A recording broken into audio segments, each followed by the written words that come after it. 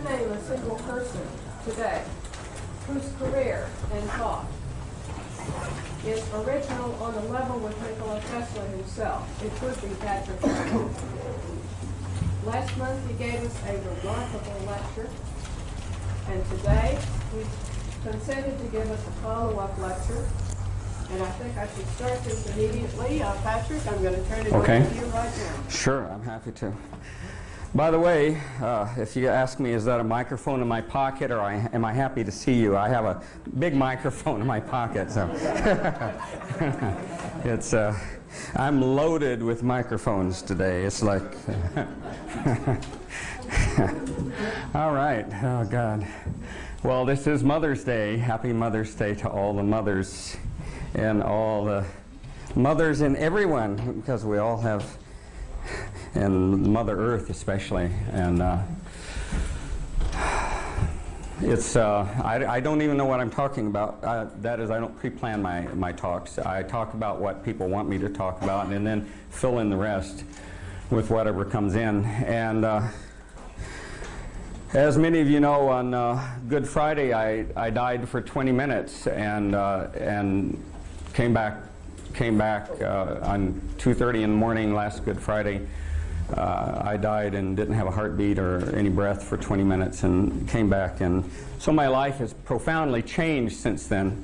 I never thought I'd have a near-death experience. In fact, I didn't ever want to have one. I had heard and seen people on television that had near-death experiences, and having near-death, dying and coming back, to me was the greatest fear of my life, and it happened to me. So it's an interesting thing, and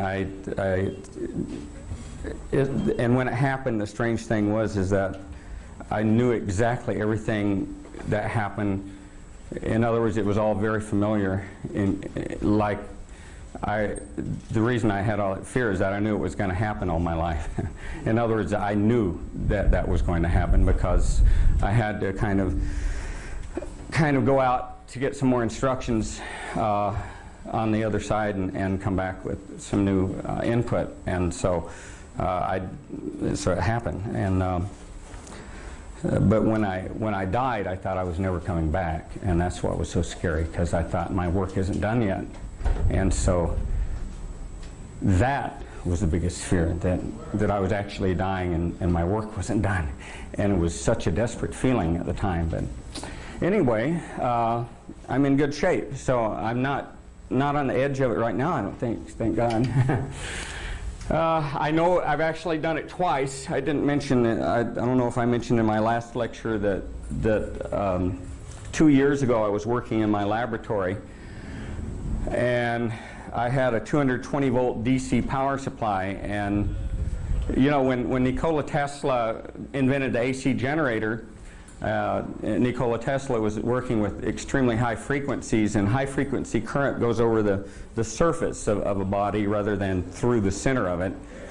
And so that's why you can take a Tesla coil and you can take a piece of metal like a screwdriver and you can hold it up in the air and create this big arc, electrical arc to your arm, and you won't feel it because it's going to your hand, across the surface of your skin, and then down to the ground. And it's not going through your nerves, so it's not disturbing your heart. Now DC current, you know, goes right through the center of a conductor. So DC current goes right through the inside.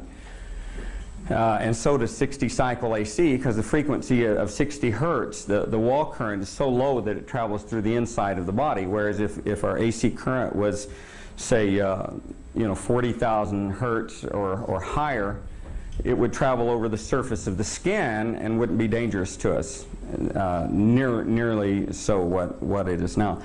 And so there's a story about Nikola Tesla. When Nikola Tesla invented AC current and he licensed the patents to George Westinghouse. Now George Westinghouse was had a struggling company, Westinghouse Electric, and George Westinghouse wanted to provide power to the masses. Now DC current if you have DC current, back then they didn't know how to transmit DC current efficiently, and so Edison had all these DC current power plants, and every square mile of a city would have to have its own power plant because you couldn't transmit DC over about a square mile. And the difference between AC is that you can transmit AC tens of thousands or thousands of miles with virtually little loss. And so you can build a huge power plant out in the middle of nowhere, and then transmit it thousands of miles and give people electricity. So Tesla licensed George Westinghouse for the AC current generators, and he powered Niagara Falls. The first thing he did was he harnessed the power of Niagara Falls, which was the most incredible feat ever done at that point in history. And Edison got William Randolph Hearst to publish all these bad things in his newspapers about Nikola Tesla, a bunch of rumors which were lies and things. And so there was this big battle going on. And so Edison Electric, who were the DC power people, ordered a Tesla generator, a Tesla AC generator from Westinghouse Electric. And George Westinghouse got hold of Nikola Tesla and he said, "Guess what? We've won, we've won." And Tesla said, "What do you mean we've won?" And he said, "Well," he says, "Edison bought an AC generator." And Tesla said, "No, something's bad. No, it doesn't feel good." And sure enough, what happened is that a few days later in the newspaper, they came out with an article that said, "The world's first electric chair is going to use the deadliest form of power to kill, Tesla AC current." And so that was why Edison bought the AC power generator, because he wanted everyone to think the AC power was the deadliest current, see, and make the public afraid of AC power. And so the world's first electric chair to kill with was going to be AC power using a Tesla generator. So they did that. They bought the Tesla generator, made the world's first electric chair. So the following World's Fair, Nikola Tesla built this in Chicago. He built this gigantic Tesla coil, which was like 20 feet high and so forth. And he built a pedestal, an insulated pedestal, that he stood on. And he was very popular, and a lot of people came to his exhibit because what he did was he stood on this thing, and he had two pieces of he had like a copper plate with a handle on it in each hand, and he had a ground over here and a Tesla coil over here, and he stood on an insulated platform in the middle. He held out his hands like this and discharged millions of volts of lightning from one Tesla coil to his hand, and the lightning went out the other side of his body and went another 20 feet over here to the ground, and he stood there discharging lightning through his body in front of all these people that went through the World's Fair. And he said, "I challenged Edison to do that with DC current." Yeah, but, right on, bro. Because DC current goes through the center of your body, right through the heart. And Tesla didn't worry because all that AC current was traveling over the surface of the body. Now, the reason he had to use these copper plates is that these plates had a certain surface area, because if you were to discharge that Tesla coil to a pinpoint on your hand, it would cause what's called a high-frequency burn, which could damage the skin. In other words, it would damage your skin. It would hurt your body that way, but it wouldn't electrocute you. But anyway, 2 years ago, I'm in my lab, and I'm using DC current, 220 volts, in some research I was doing. And I thought that it was disconnected, and I reached over and grabbed the two wires from it, and my hands went like this and locked around the wires. You know, all my muscles cramped up like that, and I couldn't let go of them. And I thought to myself, I'm dead. And then I felt my heart twist in my body. It just went like that and twisted. And the last thing I remember is my heart twisting in my chest, and then everything went black. And so half an hour later, I woke up, and I'm lying on my back on the floor, and as I'm coming out of it, I smell burnt flesh, and then I remembered what happened, and I opened my eyes and looked, and the wires that I was holding on to were in banana plugs. And what happens is that when I fell backward, it unplugged me from the current. Otherwise, I would have sat there and I would have been roasted, you know. I would have been like a hot dog in the morning. And so half an hour later I came back. So I don't know how long I was gone, but I know when my heart, went like that, and it just twisted up in a knot, I knew that my heart was being paralyzed by all that DC current, 20 amps or whatever, going through my body. And it only takes, with 220 volts, it only takes like 40 milliamps. So I had 20 amps DC go through my body. And so that was the first time I died. And I don't know how long I was out after that experience. But then on Good Friday, it happened again, and, well, there was one other occasion. One night in Sedona, I went to sleep in my bed, and in my sleep, I dreamed that I was electrocuted, and I felt my heart do the same thing again, and everything went into that incredible blackness, which can't even be described, the blackness that I experienced. But and then I woke up with a jerk out of the bed, and I thought, now did I just remember that, or did I go through the same experience again? I don't know, but strange things have been happening to me ever since that electrocution a couple of years ago, and then culminating with the near-death experience that I had on Good Friday. And the amazing thing is that on Easter Sunday was my first talk here, and so this is a follow-up, and I think it's quite marvelous that you're choosing these holidays for me to talk on. Easter Sunday and then Mother's Day. What a wonderful opportunity to visit with you and to share with you some of my experiences. I'm a very eccentric person, very unusual, very hard to live with, very as a child, I gave my mother a lot of problems because I was a very weird child. At 8 years old, I had a dream, and many of you have heard the dream. But I'm going to cover some things I covered before, and you'll hear things that you haven't heard before. But in my dream, when I was 8, I had this. I was dreaming I was an adult flying an airplane, and I am a pilot. I became a pilot very early, as early as I could in life. I don't know why I was rushing toward that, but I guess I like thrills, and flying was a big thrill when I was a teenager. But so anyway, as 8 years old, I'm flying an airplane as an adult, crash land on a desert island, and a UFO, flying saucer, lands, and the people that are in the flying saucer, they look like people, only they have blonde hair and blue eyes. They get out of the UFO. They have a football helmet that has electrodes all over the inside. It looks like a football helmet, and they put it on my head, and then they start messing with a console, and they're fiddling with this console over there, talking to each other, and I'm sitting there with the helmet on my head.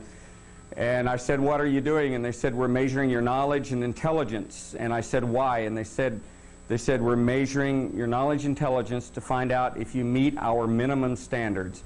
And if you don't, we're going to kill you and all people on earth." And then the dream would end. And I'd wake up terrified because it was a very real dream. I mean, it was as real as standing here talking with you and visiting with you right now. It was an absolutely crystal clear dream.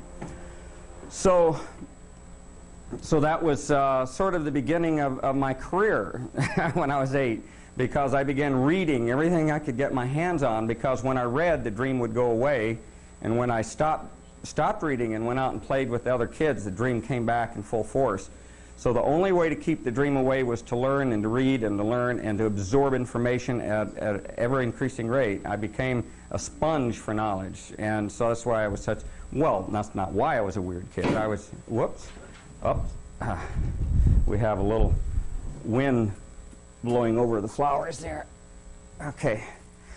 So anyway, by the time I was 14 years old, I was clocked at 14,500. Or 95%, let's not exaggerate. 95% 95% comprehension, and I was absorbing sometimes 4 or 5 books a day when I was 14, and read thousands and thousands of books. And my father was a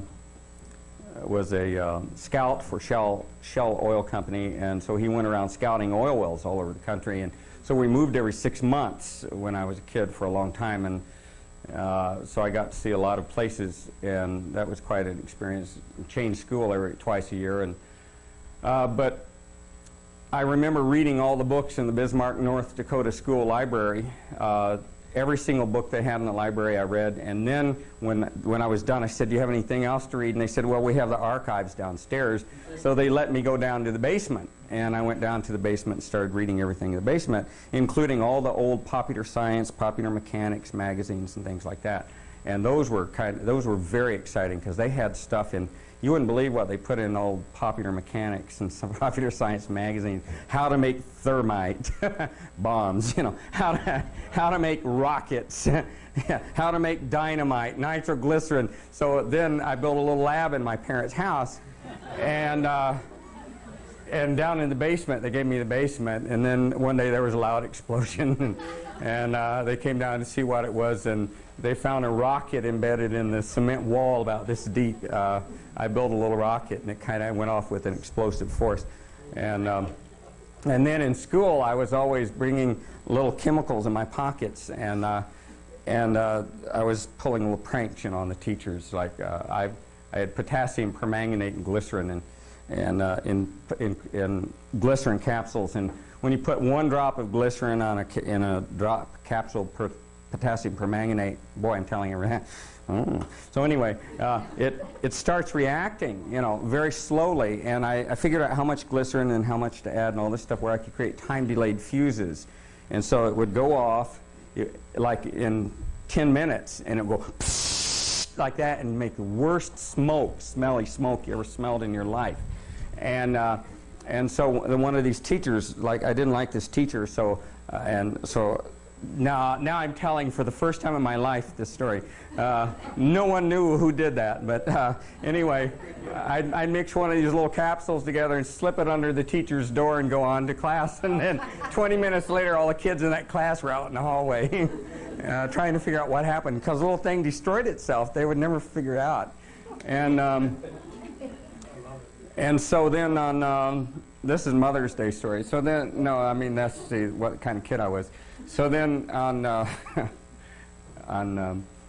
they had a big assembly in school, and I was going to demonstrate spontaneous combustion to show why you don't mix rags with oil, you know, and put it in a paint can, you know, put it in a closet, because you take oil like linseed oil, you know, and you mix it on a few rags, you know, and you saturate it. You put it over in the corner of a closet where there's not very much air, and that linseed oil reacts.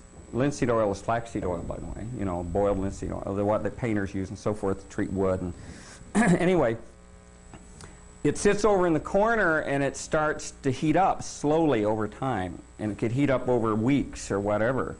But that chemical linseed oil starts reacting with the rag, and after a while it bursts into flames, and you have what's called spontaneous combustion, which is a very real danger, and a lot of people's houses have been lost because of this. So that's why they tell you, you know, don't put oil on rags and then put it, you know, you got to get rid of those things.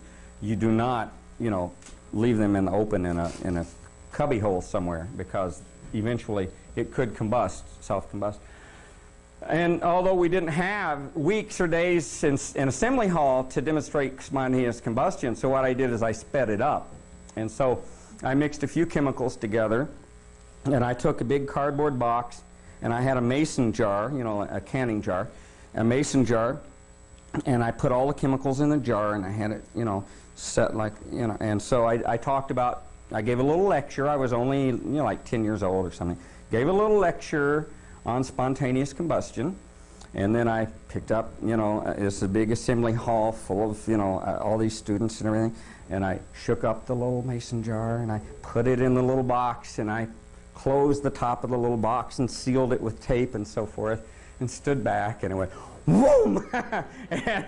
and when it went off, the lid of the mason jar spun off so rapidly that it cut a perfect hole like this in the end of the box and went clear across the stage, went through the curtain, and then hit the wall on the other side. And out of that hole came all of this smoke, which then made everyone have to leave the school, and the fire department came. And they said, well, there wasn't any problem, there was no danger, because I had fireproofed the box beforehand. See, I had made sure the box was fireproofed. I painted the cardboard with that stuff you paint on eggs, you know, liquids, silica gel or whatever. But anyway, I painted it so that it was all fireproof. I thought I did a good job, except for that lid. I didn't expect that lid to spin off at about 1,000,000 miles an hour and, and slice a cookie hole through the end of the box. It's a good thing no one was standing there, because that would have done that to them. But so that was me as a child. And how'd your mother take this? my which one? Your mother. My mother? Oh, well, I think it affected her. Yeah. But my mother was, actually my mother and father were very sweet, loving people. They just didn't understand me. And I didn't understand them. But the thing is that we were an ordinary family, pretty much an ordinary family. And my brother, I was the only one in the entire family who had these weird qualities. You know, I was a child prodigy in electronics and chemistry and physics and all these things. And but the weird thing was so anyway, so and then of course there was the guided missile detector, which I talked about. When I was 11 years old, I had to do a science fair project, so I built a guided missile detector, and I figured out. You know, and this is kind of a Tesla kind of thing. Tesla would have done this if he were around back then. But anyway, when a rocket takes off, you know, when a rocket takes off, you know, this is a rocket taking off here. But it leaves this trail of gases behind, this column of gases, highly super ionized gases.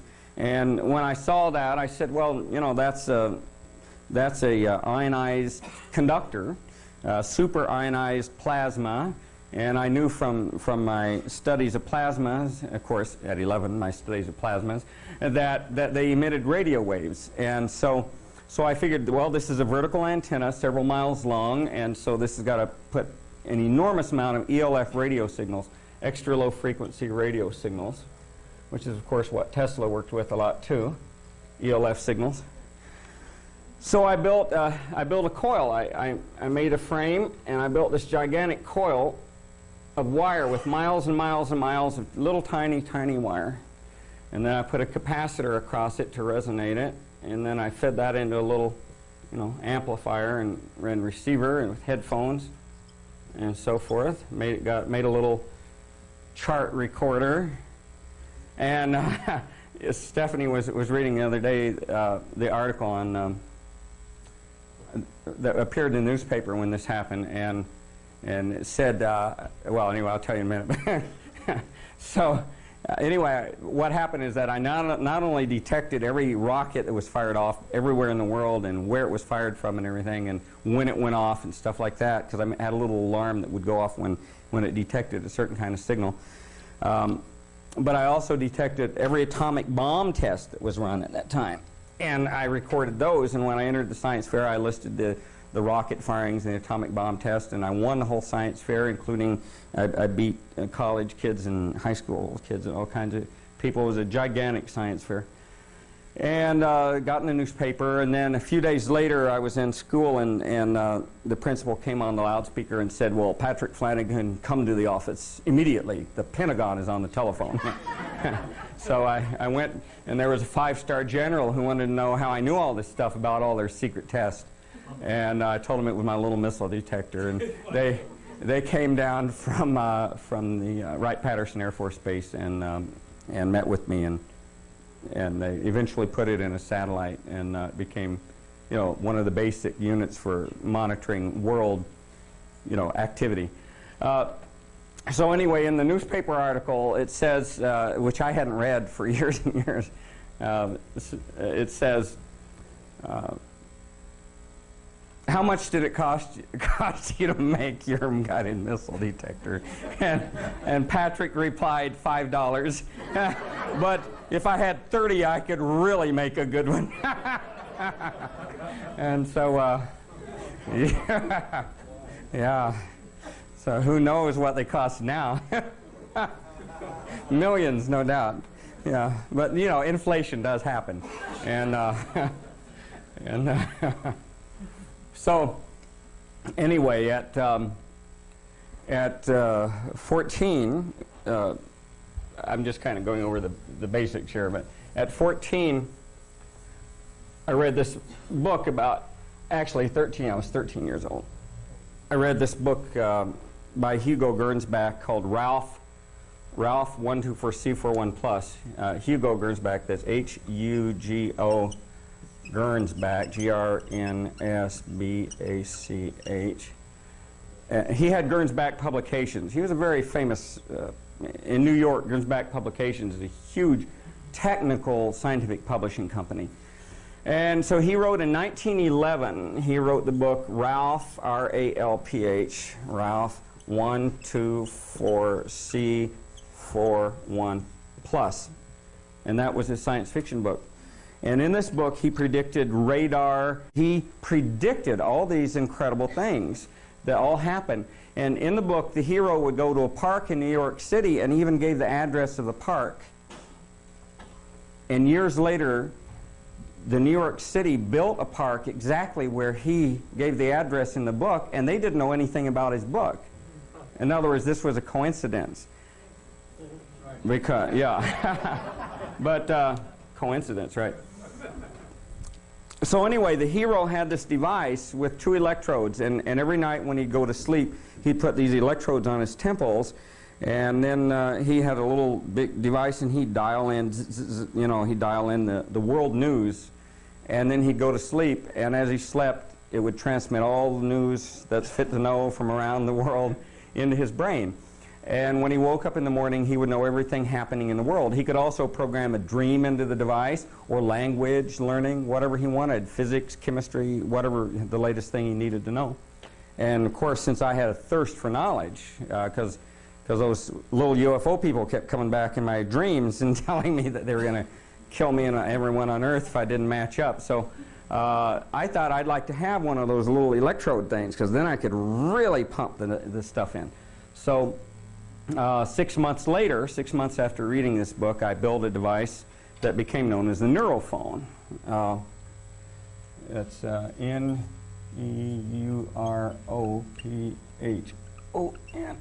neurophone. And basically it had 2 electrodes. I'll draw it out for you here. It had like 2 electrode plates about 3 inches in diameter, made out of copper. And over the tops of these plates, I put mylar insulation, like a real thin plastic film. This made it into a capacitor. And then I'd put those plates on my temples, on my head. This is a nose, but you know, that's representing a head.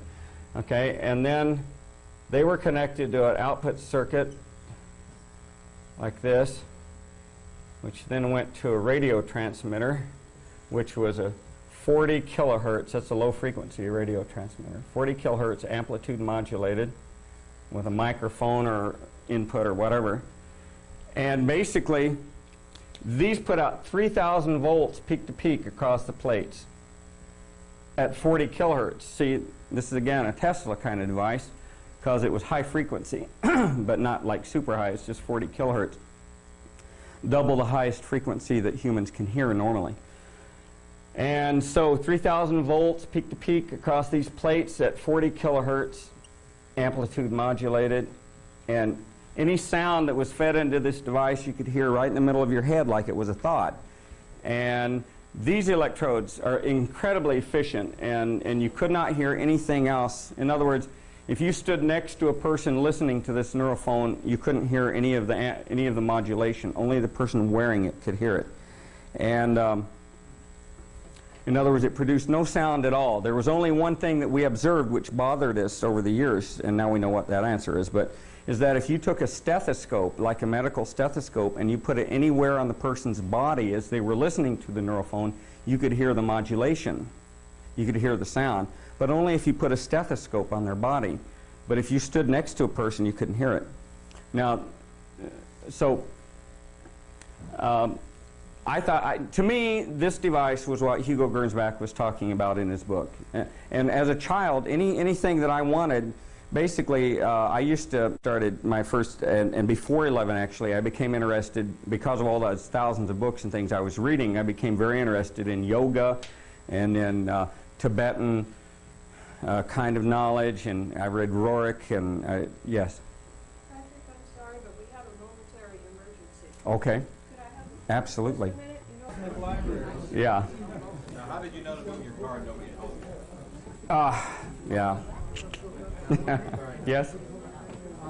What was special about 40 kilohertz? 40 kilohertz? Is that arbitrary, or is there a reason for that? Well, I experimented with different frequencies all the way up to several hundred kilohertz, and 40 kilohertz was the best frequency for this phenomenon from my limited capacities in my limited little lab as a child. And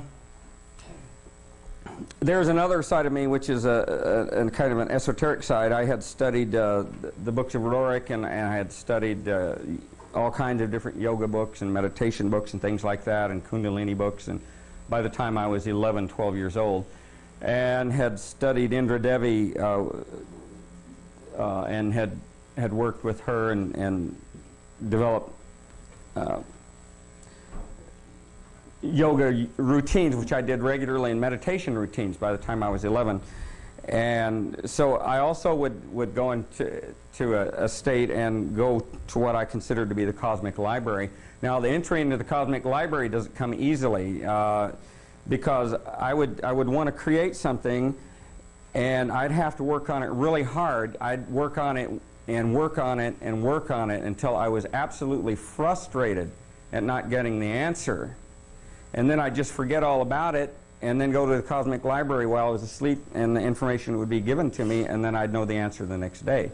And that's been all my life, it's been that way. I'll work really hard on something, I mean to the point where it consumes me, and then if I don't get the answer, I'll just forget about it. Totally. I won't even think about it, and then suddenly it'll come to me like that, and it'll be laid out before me so, in a way that is so clear that there's no doubt about how to do something. And that happened with the neurophone. I worked really hard on this device for 6 months, and then I knew how to build it. And so we now know, for example, with the neurophone through PET scans. PET scan is where a PET scan is positron emission thermography. Isn't that? Yeah, that's it. And PET scan measures the activity in the brain, and basically it tells what part of the brain is activated at different times, like blood flow and what areas of the brain are activated. And one of the things that we did is we took headphones and we played a sound through headphones and did a PET scan of their head, and we saw that the headphones were activating the area known as short-term memory, the audio centers of the brain associated with short-term acoustic memory. And then we took the neurophone, put that on a person's head, played the same sound, did another PET scan, same person, same sound. And this time, the areas of the brain that were activated were those areas associated with long-term memory, with the long-term memory centers of the brain. So we now know that the neurophone goes to other areas of the brain not associated with the ears. It's another channel for information into the brain. And when anything you listen to through the neurophone goes directly into long-term memory, so you learn things much quicker with the neurophone than you do otherwise, because we have these filters. We have built-in filters in our hearing circuits, and the built-in filters basically say that you know, we hear things all around us all the time, and it goes in and then it goes out, and we never actually permanently record that information. It doesn't stay with us. It only stays with us if we take a sound or we take something and we learn it and we listen to it over and over and over again 5 or 6, 10 times, and then the brain says, boy, he's paying a lot of attention to this sound. This must mean it's important, and it transfers it into long-term memory, and then you don't forget it. And that's how we learn languages, by rote. You study the language over and over and over again, the words over and over and over until they're memorized. Well, memorization is nothing more than the transferring of information from short-term memory to long-term memory. The neural phone puts it right into long-term memory right away, so it's very easy to learn with the neural phone. We have people, for example, now, and I'll go back to this older story later, but we have people now who are doctors, lawyers, and various other real estate people, various other people who have to pass state bar exams or state whatever exams in order to get licenses, state licensing exam, and have failed these exams. And all they did is they took all their notes and they took a tape recorder and they read all their course notes or whatever into the tape recorder, put it on, went to sleep, got up the next day, went in and passed the exam with A's. In other words, with virtually no mistakes, just by using the neural phone. So we know the neural phone is a long-term memory device. Now, Hugo Gernsback, when I invented the neural phone, Hugo Gernsback was in his 80s. And he died, I'm not sure how old he was when he died, but I think he was either 100 or close to it. But a few years after I invented the neural phone, Hugo Gernsback wrote me a letter thanking me for inventing the final device that he predicted in his book. No one, in other words, he predicted all these modern things, but no one had created that device. And he even recognized that the neural phone was that from all the publicity I got on it, because I never communicated with him or anything. So it was quite an interesting coincidence that he wrote me a letter finally before he died and thanked me for creating the final device that he had created, which is very interesting. Now, the thing about the neural phone is that if you were to take now I applied for a patent. I wrote my own patent application when I was 13, and I made all my diagrams and wrote the whole thing up, sent it into the patent office, and the patent office wrote back and said, well, we won't give you a patent because no one's ever invented anything like this before, and therefore it can't possibly work. But boy, was that a surprise to me. I thought inventions were supposed to be new things. No, they're just supposed to be improvements over old things. If you invent a new thing, they don't want to give you a patent on it. They say it can't possibly exist because it doesn't already exist, which is a catch-22. So for years I would write the patent office and they'd write back, and later when I could afford a lawyer and so forth, my lawyer would write them back and forth. And finally, they dropped my application after years and years, and they said, we will not give you a patent, we're closing the file. So my lawyer, in a last-ditch attempt, grabbed me, and we took a neural phone and we flew to Washington, and we demonstrated the neural phone on a profound deaf employee of the patent office who heard for the first time in his life first time in 15 years with it. And the patent examiner reopened the file, which had been officially closed, and gave me the patent with my original filing date, which had never been done in the history of the patent office before or since. It's the only time they ever did that, where they took a closed file and reopened it again and gave a patent. And so, in fact, years ago I was invited to the patent office. They made me inventor of the year or something, and invited me to the patent office for a big invention thing in Washington, and the examiner that originally examined the patent talked about it, and we all, smiled and so forth. But the thing about the original neural phone is that if you were to try to put this on the market, you'd be in a lot of trouble. Number one, anything that puts 3,000 volts across a person's head would scare them, even though this was 40 kilohertz and it's not really dangerous, okay? But if the mylar covering on the electrodes got a little hole in it, like a little tiny tear, you'd get a little zap to your head, and it wouldn't hurt you because the signal goes over the surface of the skin, but because it would be concentrated energy like sunlight. Sunlight focused over your whole body doesn't hurt you, but if you take that whole area of sunlight and you focus it to a pinpoint, that'll hurt you. So it's the same thing here. If you focus that 40 kilohertz, 3,000 volts through a little pinprick in the mylar, then you get an RF burn. You get a little burn on your head. It doesn't hurt, but, well, it does hurt, and it stays for a while. So you don't want to try to sell that to the public, because when you do, you put that on the market, and they get a little prick in the mylar, and pretty soon people are saying, well, you now destroyed my brain. And so you couldn't do anything with the neural phone because that 3,000 volts, 40 kilohertz. So I went to work for the Navy.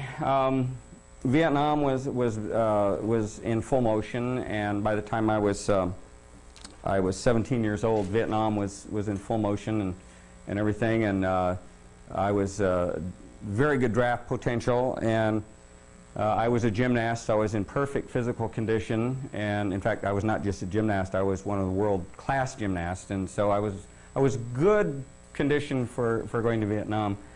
And so about when I was 17, though, by providence, instead of being drafted, I was given an offer to work for the Navy for a think tank for the Pentagon. So I went to work for the Pentagon when I was 17, and worked with Dr. Henri Coanda, the father of fluid dynamics, and I worked with Dr. Coanda on such things as he had a torpedo that would go underwater at 100 miles an hour without creating a wake.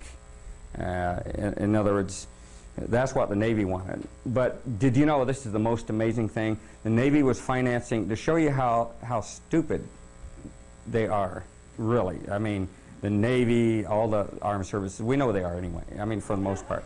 But, I mean, you know, look at the fact that they allow people to charge them, you know, $500 for a hammer, you know, and then you got it figured out. But Coanda built this torpedo. Dr. Coanda built a torpedo that would go 100 miles an hour underwater, creating no wake. The Navy sent all these scientists into the lab in our think tank, and they saw the torpedo go around underwater. It was tethered at 100 miles an hour, creating no wake. They saw the fact that there's no wake around the torpedo. The tether had wake around, but the torpedo had none. And we launched it, you know, in different things to show it had no wake. And the scientists said, well, I see it, but I don't believe it. Because they couldn't understand the principle of it, just like no one, you know, could understand this for so long. And so they actually never implemented that, which I think is a good thing. But the fact is, I mean, it was an amazing device and would still be today. Coanda technology. Is Tom here, by the way? Tom from Australia? No? Okay. I've been talking to someone in Australia who's taken Coanda fluid technology, and he's built he's built vacuum cleaners and ceiling fans and all kinds of household appliances and things that operate on Coanda technology, fluid amplification. Well, he has a vacuum cleaner that looks like it has no moving parts, and you know it sucks better than any vacuum cleaner ever made. I mean, that thing is, I mean, what an incredible thing. Ceiling fan with no visible moving blades, but the thing like moves air like, and is totally silent and things like that. But so anyway, it's at 17 I'm working at a think tank and working for the Pentagon. I worked for Aberdeen Proving Grounds, Department of Unconventional Warfare. Now, see, this is a story I've never told anyone. Well, I have told, but not a lot, but I mean a few people. But I consulted for Aberdeen Proving Grounds in Maryland, and Aberdeen Proving Grounds, they had Marines walking around with dowsing rods, you know, with little L wires. And when I was consulting for them, they actually had Marines walking around with dowsing rods, finding tunnels and ammunition dumps and things like that underground. And they were going to use them in Vietnam to find, you know, tunnels and things. And so that was pretty amazing that they were actually training Marines in dowsing. But one of the things they were doing is back in the 60s, they had a big worry about rioting, you know, about race riots and all kinds of riots, different kinds of, you know, like hippies and all that. So they were trying to figure out how to stop large crowds from rioting without hurting them physically. In other words, actually hurting them. So one of the things they had is they had a cannon. You know what a smoke ring looks like. You know, you can blow a ring vortex, which is a smoke ring. And the nice thing about a smoke ring is that a smoke ring will carry, you know, for a great distance and retain its character, its shape. And so what they did is they built a cannon that they filled with itching powder that made smoke rings. And the idea was that if there was a crowd of people over there rioting, they'd fire this itching powder, a smoke ring of itching powder from 2 miles away, and it would carry down to the crowd, and when it hit, it would disperse, and they'd start itching all over, and they wouldn't be thinking about writing, they'd be thinking about scratching. And so they had one of those. Now, this other device is the most insidious device. No, they had another device. Off-Broadway, back then, there was a play. It was kind of like a Dracula kind of play. And in the movies, they have what's called scare sounds. They have these low-frequency sounds that scare people. And for example, you know, when Dracula's getting ready to bite, they'd go, bah, you know, and the audience would get scared because they'd hear this, they'd feel a vibration, and the audience would get all tensed up, and then Dracula would bite. So they had this play off Broadway, and it was kind of a Dracula production, and what they decided is that they needed to make a scare frequency for the audience, you know, to enhance the play. So opening night off Broadway, what happened is that the engineer for the production company took a long sewer pipe, and he made an organ pipe into it, and he put a fan to blow air through it, and when he turned on the fan, the thing would make, you know, this low frequency sound. So it's opening night off Broadway, first night of the play, and this really happened. I swear to you, this really happened. They turned on the fan, and what happened is that the guy had found the resonant frequency of the anal sphincter muscle. And everyone in the audience crapped in their pants. And they said that it was a shitty play.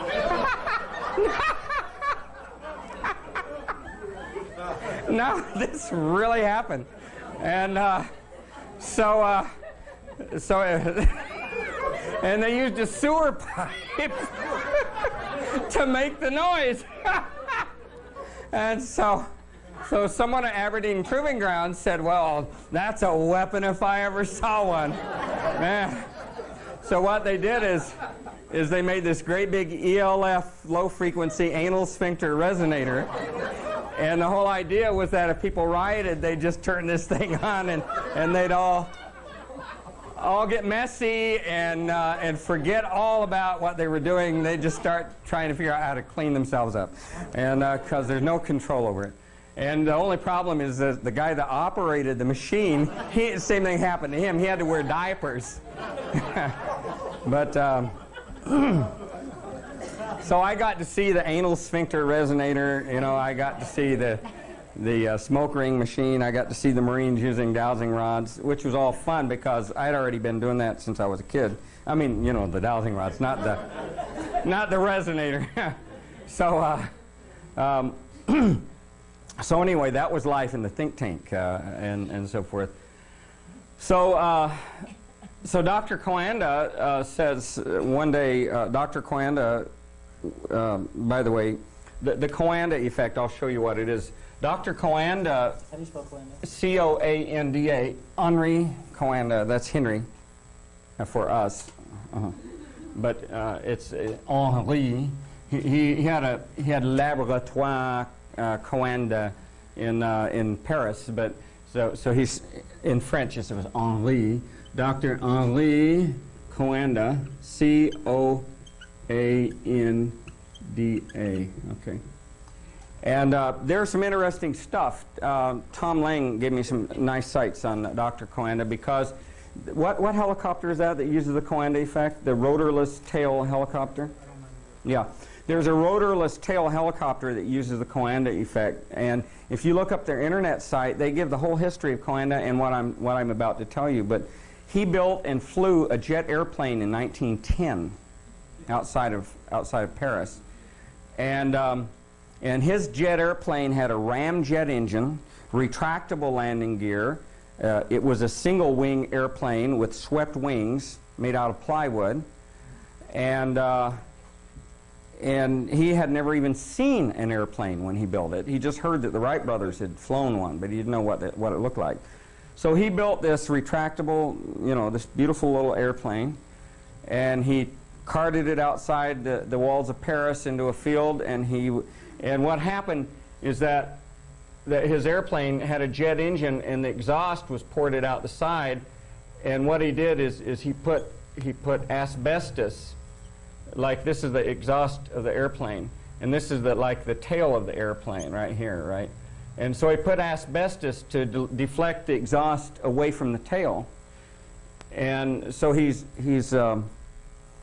taxiing his airplane around, playing with it on the ground, and not noticing what he's doing. And he looked back and he saw that the exhaust from the jet was wrapping around at a right angle and catching the tail on fire. And he got so absorbed in the fact that the exhaust was going around a right angle curve to get the tail on fire that he didn't notice that he had goosed the jet engine up to a higher level, and he looked up and the walls of Paris were coming toward him, and he pulled back on the stick and he took off and flew. And but he didn't know how to fly or land, so he crashed his jet airplane. And so this was a character that I knew when he was almost 80 years old. And not only that, for example, in World War II, when the Nazis invaded Paris, he just stayed right where he was, and he said, well, I won't bother them, they won't bother me. And of course, they would go around and do checks on people's houses, and they heard, because you couldn't get coffee in Paris back then, it was being rationed, they heard that this guy, Dr. Coanda, had coffee available. So the Nazi SS went by to see him, and he offered them coffee. And when he offered them coffee, why, they arrested him because they said he must be a member, he must be, a member of the underground, or he must be a spy, or he must be dealing in stolen goods, because he's got coffee. And he tried to tell them that he was growing coffee in his little greenhouse right here. And they could have all they wanted, but they wouldn't listen, so they arrested him, took him in for interrogation, locked him away. And anyway, he bribed one of the people in the where they locked him up. He bribed somebody to remove his name and all the record of him even being there from the thing, and he walked out and went back home and continued doing his work. But so when I knew him, his girlfriend was Gloria Swanson, the famous actress Gloria Swanson, who I later became very good friends with. But that's another story in itself. But anyway, on his 80th birthday party, this was in Connecticut, on his 80th birthday party, we were over at a friend's house, and a lot of people were there. And so I'm 17 years old, and I said to Dr. Coanda, he smoked Gauloise cigarettes like they were going out of existence or style or something. But anyway, he's smoking a Gauloise cigarette with Gloria Swanson's there and everything, and he says, I said to him, Miko was his nickname, M-I-K-O, Miko. Miko, when I'm 80 years old, I hope I'm in the shape you're in. And he said, Patrick, when you're 80 years old, we'll talk about it. And everyone started laughing. And, it was a fun thing. And so a few days later, Dr. Coanda invited me into his office, and he said, we talked about, when you're 80, we'll talk about it and all these things. And he said, I've been looking all my life for the fountain of youth. And he said, the fountain of youth really does exist. And he said, and I've been searching for it. And he said, people think that you are what you eat. And he said, I'm here to tell you that you are what you drink. He said, what you drink is the most important nutrient you put in your body. The quality of the water you drink is the most important thing you put in your body beyond all other things. And then he went on to explain that the average human body is 70% water. The average brain is 98% water. Oh, not 98, 90% water, not 98. Well, some people are 98%. Some people have water on the brain, but we don't talk about them. Anyway, so the average brain is 90% water, and the average body is 70%. Even our bones are about 65% water. So anyway, so he said that we all learn in school that water is H2O, and that it freezes at 0 degrees centigrade at sea level and boils at 100 degrees centigrade at sea level, that it has a certain viscosity and so forth. And he said, this is what we're taught in school, but he said, to tell you the truth, Patrick, he said, water is different everywhere you go in the world. Water profoundly changes. And he said, so he developed, now Dr. Coanda had developed the world's first snow-making machine. In fact, the first ski resorts in the world used his snow-making machine to make artificial snow way back in the 30s, to make snow, so people could ski if it didn't snow in the winter. They just make their own snow. And so Dr. Coanda told me that, a secret. He said that he had traveled to 5 places on Earth: Hunzaland, the county of Georgia in Russia, the Vilcabamba in Ecuador, a place in Peru, and a place in Mongolia where people live to be over 100 while maintaining excellent health. And what he did is he made snow from their water, one of the things he did. And, you know, snow crystals, I won't draw a good snow crystal, but if you take a leg of a snow crystal, you know, they're usually hexagonal and have all kinds of shapes. But if you take the leg of a snow crystal and you look at it under a microscope, you'll see that it contains a hollow tube all the way down the center. Even if that snow crystal is formed, you know, at 20 degrees or 30 degrees below zero, the snow crystal has a little bit of liquid water circulating through it. It's got a whole, you know, if you take a snow crystal that's hexagonal and they have all these little crystal, you know, formations like this, water circulates throughout the entire snow crystal. It actually circulates like it has a circulatory system. And he told me that snowflakes are alive. They're living beings, living entities. And he said that when a snow crystal is formed, it has a certain lifespan depending on the temperature. For example, he said a snow crystal formed at 20 degrees below zero. In Hunzaland, this water remains liquid for about 12 hours before it freezes. So he said that snow crystal has a lifespan of 12 hours. But he said if you take water from Chicago or Paris or New York or London or Madrid or wherever, and you freeze that, he said it might freeze in about 6 hours at the same temperature, 6 hours. So there's a big difference in the life of snow crystals, and he said it's due to molecular structure of the water itself. Yes? What about distilled water? Doesn't matter. Doesn't matter. It has nothing to do with the minerals in it. I mean, the freezing temperature is depressed a little bit depending on what minerals and things are in it, but the life of the circulatory system is based on something else. So he said he didn't know what it was that gave the snow crystal the life. He just knew what it was. And not only that, but he told me about certain anomalous physical properties of water. And he said he was turning all of his research over to me because he said, Patrick, someday you will build a machine or some way of making Hunza water available to everyone in the world. And so he turned all his research over to me.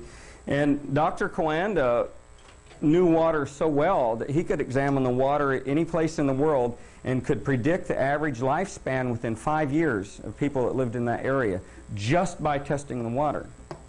So he said that's how important water is to us.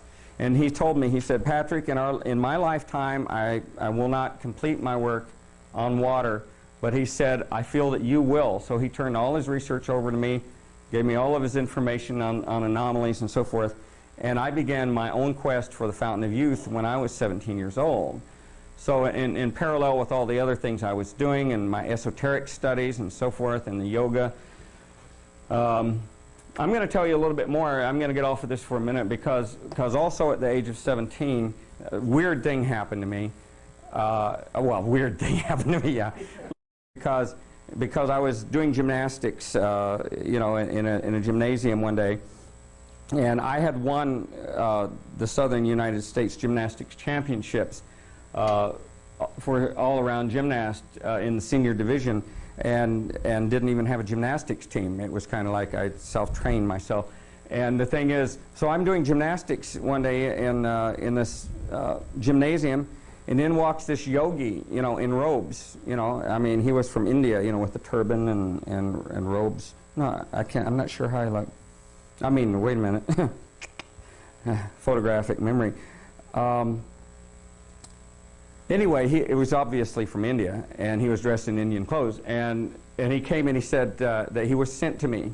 And I said, why? And he said, well, I'm sent to give you a mantra. And he said, as soon as I give you the mantra, I am returning to India. So I said, okay, you know, fine, you know, I'm willing.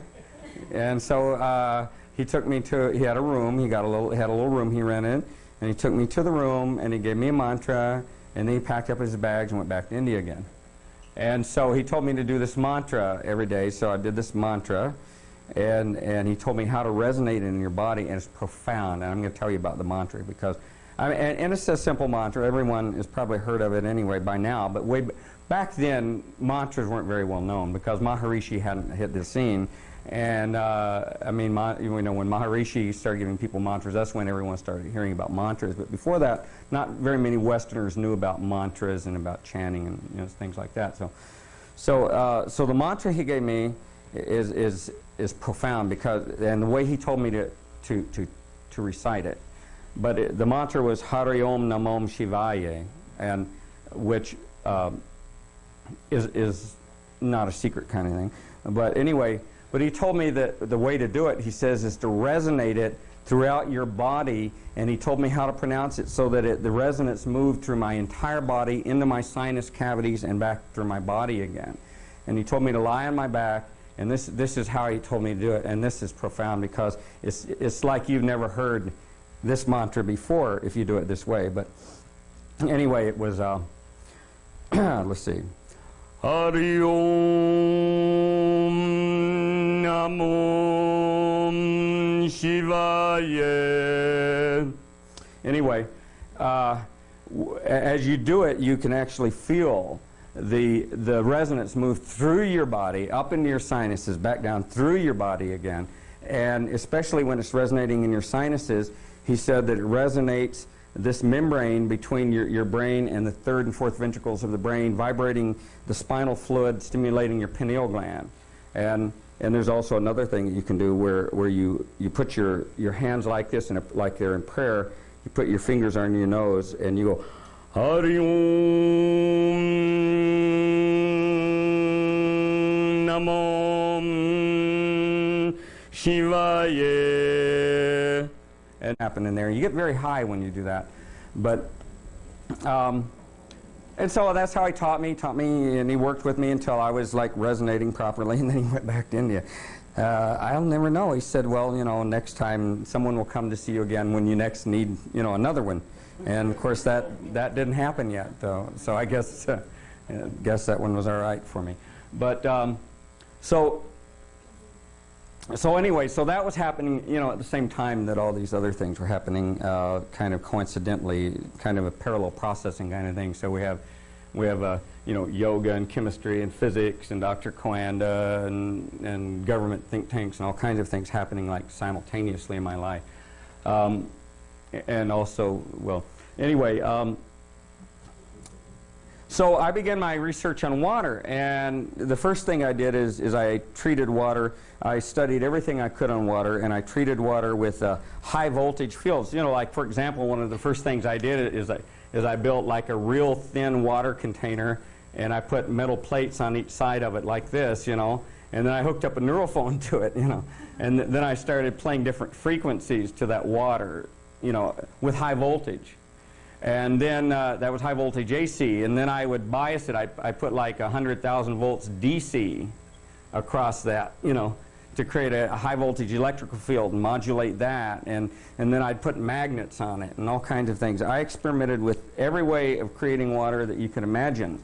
And I made this very thin. In other words, it was like a real thin, very large container, with just a thin wall of water in between, and thin walls and high voltage and so forth. And I was able to create water that had some of the characteristics that Dr. Coanda identified using the techniques that I developed. The only problem was, and I also worked with vortexes, with creating water, in a perfect liquid vortex. And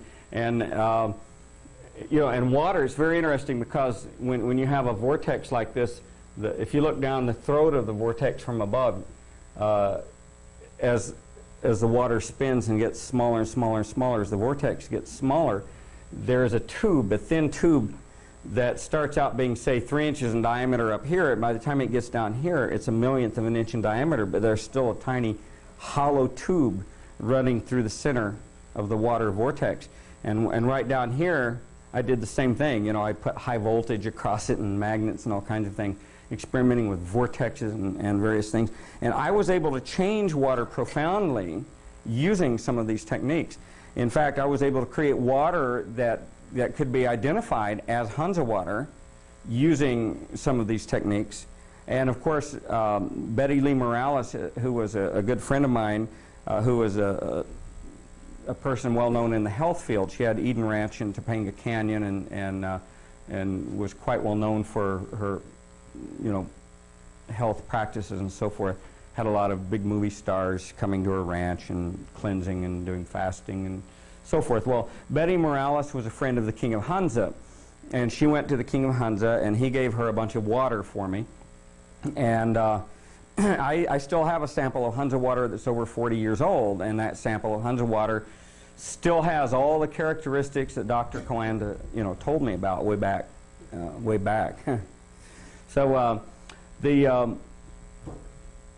but the problem with creating water using these field devices at that time was basically that the water didn't stay. That is, the changes that he described, the anomalous physical properties that he described didn't last. In other words, I could take and create something that was similar to Hansa water, and I could vigorously shake that water or stir it, or take a Tesla coil and discharge a lightning bolt to the top of the water, to the surface of the water, and all that change that I had observed disappeared. It was gone, completely gone. And so I was looking for something, a way of treating water that would last, like my 40-year-old sample of Hansa water would stay changed. And so anyway, after years and years and years of research, discovered that there was a special mineral in the water, a tiny, tiny little mineral, only 5 nanometers in diameter. 5 nanometers is very, very small. But it's an insulator, and it's made out of silica, which is, silica is actually the same thing that sand is made out of. Silica is the same thing that this window is made out of, basically. But these are little tiny silica minerals. Now, Hansa water is just like distilled water. It's like rainwater. It has no minerals in it. That is, no conductive minerals, no mineral salts. And basically, but it comes from a glacier. In fact, all the 5 places Dr. Coanda talked about came from glaciers, ancient glaciers, millions of years old. And these ancient glaciers are ice blue glaciers. That is, if you look at them in the sunlight, they're ice blue in color. Nanga Parbat is the mountain next to Hansaland that has the biggest ice blue glacier on it. And they get a lot of their water from Nanga Parbat. But basically, in that water are these tiny minerals that don't dissolve, mineral particles, and they have a very high negative electrical charge around them. And if you were to, when we talk about electrical charge, we talk about volts per meter. For example, if you took 2 electrical plates, and you put them 1 meter apart, and you put a battery across those plates, then you would have an electrical field in between the plates of 1 1/2 volts per meter, 1.5 volts per meter. Now, we know that if you make those plates into points and start moving the points close together, that the voltage concentrates from a broad area down to a little narrow point, and as you move the plates closer together, you'll get an electrical discharge. And you can actually measure voltage by taking needle points and moving them together and seeing at what spark gap distance they actually arc and so forth. But we know that volts per meter is very, voltage field potential is very important. For example, in the body, our cell membranes have only about 1/10 of a volt across the cell membranes. But if you measure the thickness of the cell membranes, the actual volts per meter is like, if you were to multiply that, it have about 100,000 volts per meter in potential across our cell membranes, because it's 1/10 of a volt, but the distance is so small that if you were to multiply that to a meter, you get 100,000 volts per meter. So anyway, if you take these little mineral particles that are in Hansa water, and you measure the voltage, they have about a minus 140 millivolts, or 0.14 volt potential, negative, on the surface of the particle. But because it's 5 nanometers is hard to conceive of in size, but it's so small that it's almost 2,000 times smaller than a red blood cell. And so if you measure this potential and the surface area and the radius of this particle, this particle actually has a potential of millions of volts per meter across it, across this particle. And so basically, these little particles of minerals do something to the water molecules, line the little water molecules up like magnets, and change the structure of water. And that's why Hunza water, that's why the people in Hunza land live so long. That's why Hunza water is so incredible. That's why it has all the anomalous physical properties. That's why you can't get rid of them, because these particles are permanently in the water. I mean, even if you distill the water, some of these particles go across the distillation process. You can't filter them out with reverse osmosis. So once these particles are in the water, they pretty much change the water forever. I mean, you know, it's pretty hard to get rid of the change. And so that's why my little bottle of Hunza water lasts so long. So I started trying to duplicate these particles, and that's a whole other story in itself. But basically, after about 30 years, we discovered a way of creating these particles, and it became a whole new technology, which is now known as microcluster technology and so forth. But I'm not really, I mean, this is Mother's Day. I've talked too much about this already, but I think anyway. But basically, we did what Dr. Coanda wanted us to do. We developed these little tiny drops that you put in water called crystal energy, and when you add it to water, it changes the water, and you drink it and you feel better. And then developed, we also discovered that Hunza water had this ion in it, negatively charged ionized hydrogen, which has a whole different effect on the body. And we discovered how to create that. Now we have a product called microhydrin, which is performing, we're getting virtually miracles from microhydrin, because it's one of the most incredible antioxidants ever made. So a whole new technology came out of what Dr. Coanda gave me so many years ago. Yes? How does this relate to the micro water that's produced with Well, micro water has some negatively charged hydrogen ions in it. It's not, see, just because you can measure water with something called a redox potential meter, and you can measure, but you have to take the pH, the redox potential, and you plug it into a formula known as the Nernst equation, and then you can calculate how many actual H- ions are in each cubic cc of water. And if you take a micro water machine, by the way, micro water machines are wonderful. Jim Karnstadt back here sells them. Where are you, Jim? Ah, there he is. Yeah, Jim sells them, by the way, and they're wonderful machines. But in fact, micro water is better than tap water. The thing is, with the new discovery of microhydrin, you just get more of this. In other words, you get like in one capsule of microhydrin, this product we have people now with micro water machines who are making micro water, adding microhydrin to it, and really getting a kick out of it. It stabilizes the micro water also. Yeah. Thank you, Jim. It's always good to have you here. And so micro water, I think, is a good thing, and especially if you combine it with some of these other things. Now, before we discovered microhydrin, we had people adding crystal energy to micro water, and that was also stabilizing it, helping to stabilize it. Because micro water, once you make micro water, the ions don't last very long, and they're gone, you know, within a pretty short period of time. And so if you add crystal energy to it and or microhydrin, it stabilizes it for a long period of time, makes it much better. And so all over the world now, there is so much interest in water without going fully into it, except that now, like Dr. Popaninin here from Russia, he's one of the world's foremost water experts, and we've been talking about water, and he's made some amazing discoveries about water also. And there are Japanese scientists who just called the other day from Jim Karnstadt, introduced me to him, who's doing the water thing and so forth. It seems that all over the world now, people are aware that water is where it's at.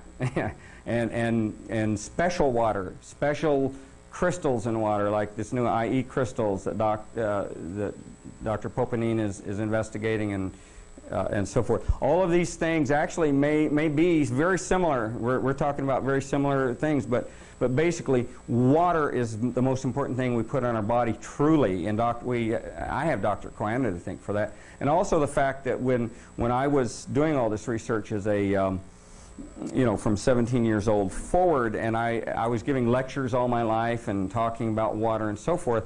I was like planting seeds of interest in tens of thousands of people about water also, and national TV, and then I did a movie called The Outer Space Connection. How many of you remember the movie The Outer Space Connection? That was yeah, not very many, but back in the 70s, The Outer Space Connection was the first documentary that made it into the movie theaters. You know, in other words, it was shown in all the movie theaters like movies are now, but it was a documentary done by Alan Landsberg, and basically he interviewed me in it for about 45 minutes and talking about pyramid power, because I wrote the book Pyramid Power in the 1972, and it became, you know, real popular and so forth. So we did this movie, but water has become it in the world now. So we're all going to hear more and more and more about it. Yes. I just have a question. There's been a discussion as to whether the crystal energy is best to put in distilled water or if you can put it in regular water. Yes, it is.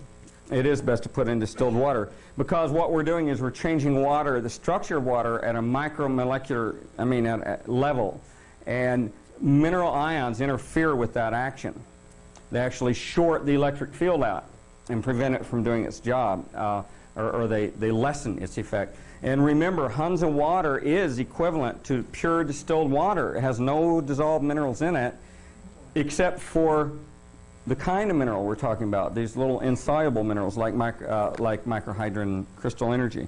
So it's definitely best to use it in distilled or reverse osmosis water in that case. I want to mention here that I've been doing some experiments on distilled water.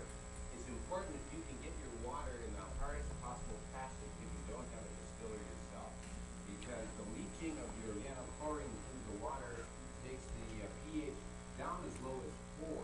Those are all Big. organochlorines, which are known carcinogens. So And it becomes acid water, right? When he says hard plastic, we're talking about high density polyethylene or PET. PET is pardon? Polycarbonates, right. Polycarbonates are good plastics for water. and Nalgene, Nalgene? Mm-hmm. they find that at camping stores. Nalgene, right. Okay, thank you, Jim. Yes, Real quick. just a minute. Go, you You first. worked with the Schwenk's dot picture method Yes. water testing. How does that Schwenk. work with your, Well, I did my own Schwenk drop test. Most of you don't know what Schwenk drop test is, but basically Dr. Theodore Schwenk was the head chemist for We Lead Laboratories in Switzerland, and also a world guy on water, but he was into the Rudolf Steiner school of thinking and so forth, and much more esoteric. But one of the things, if you were to look at at a flat surface of water directly from the side, and you drop a drop of water into that water, it forms like ripples, a pattern, a ripple pattern.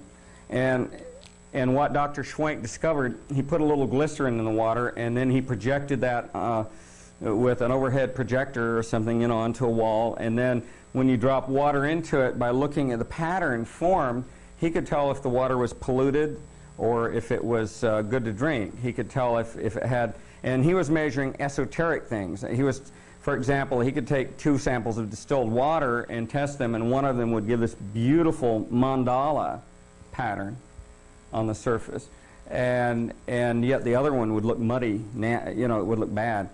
And basically, we're now learning that water also holds memory of elements. For example, you can put toxins in water, remove the toxins, but the memory of the toxin is still there, even though there's no toxin left, and that water will give you a muddy picture. So, these things get, it's getting wild.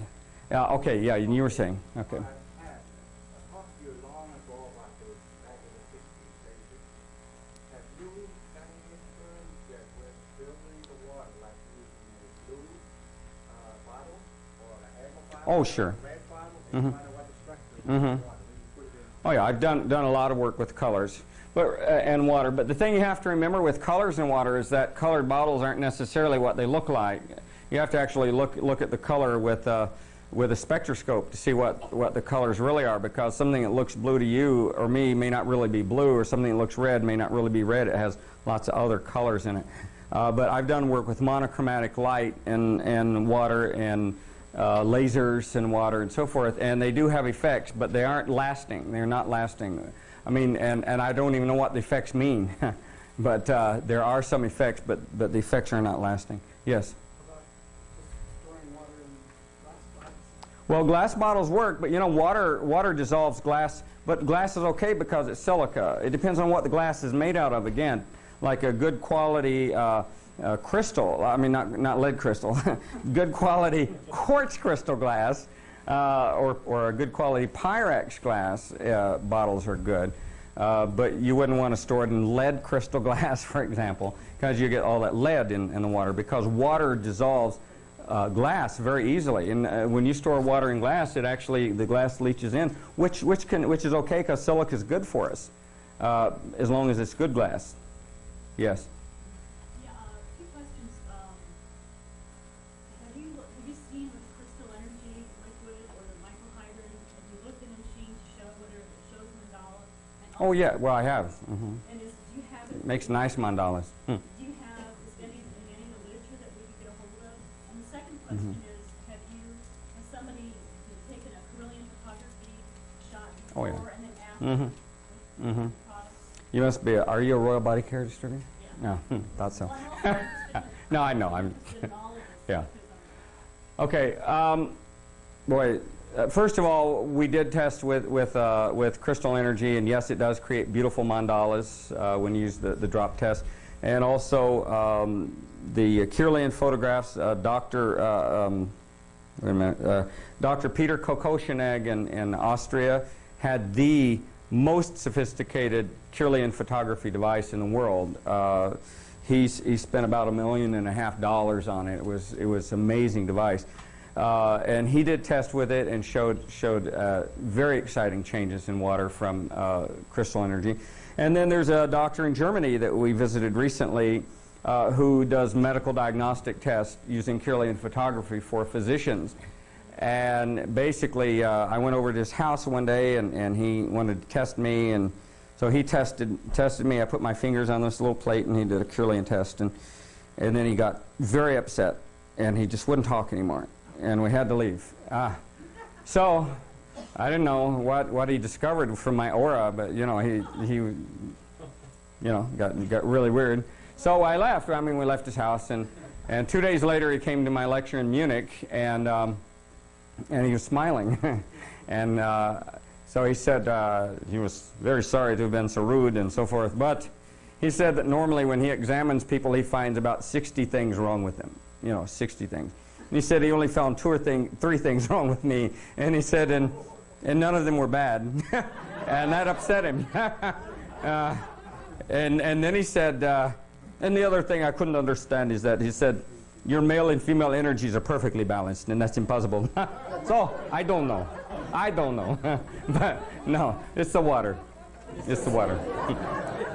Yes? Reverse osmosis is just as good as distilled water? So that you don't have to go to all that problem of distilling your water? Reverse osmosis water is good, yes. Yeah. In fact, some of the best water in the world comes from reverse osmosis water.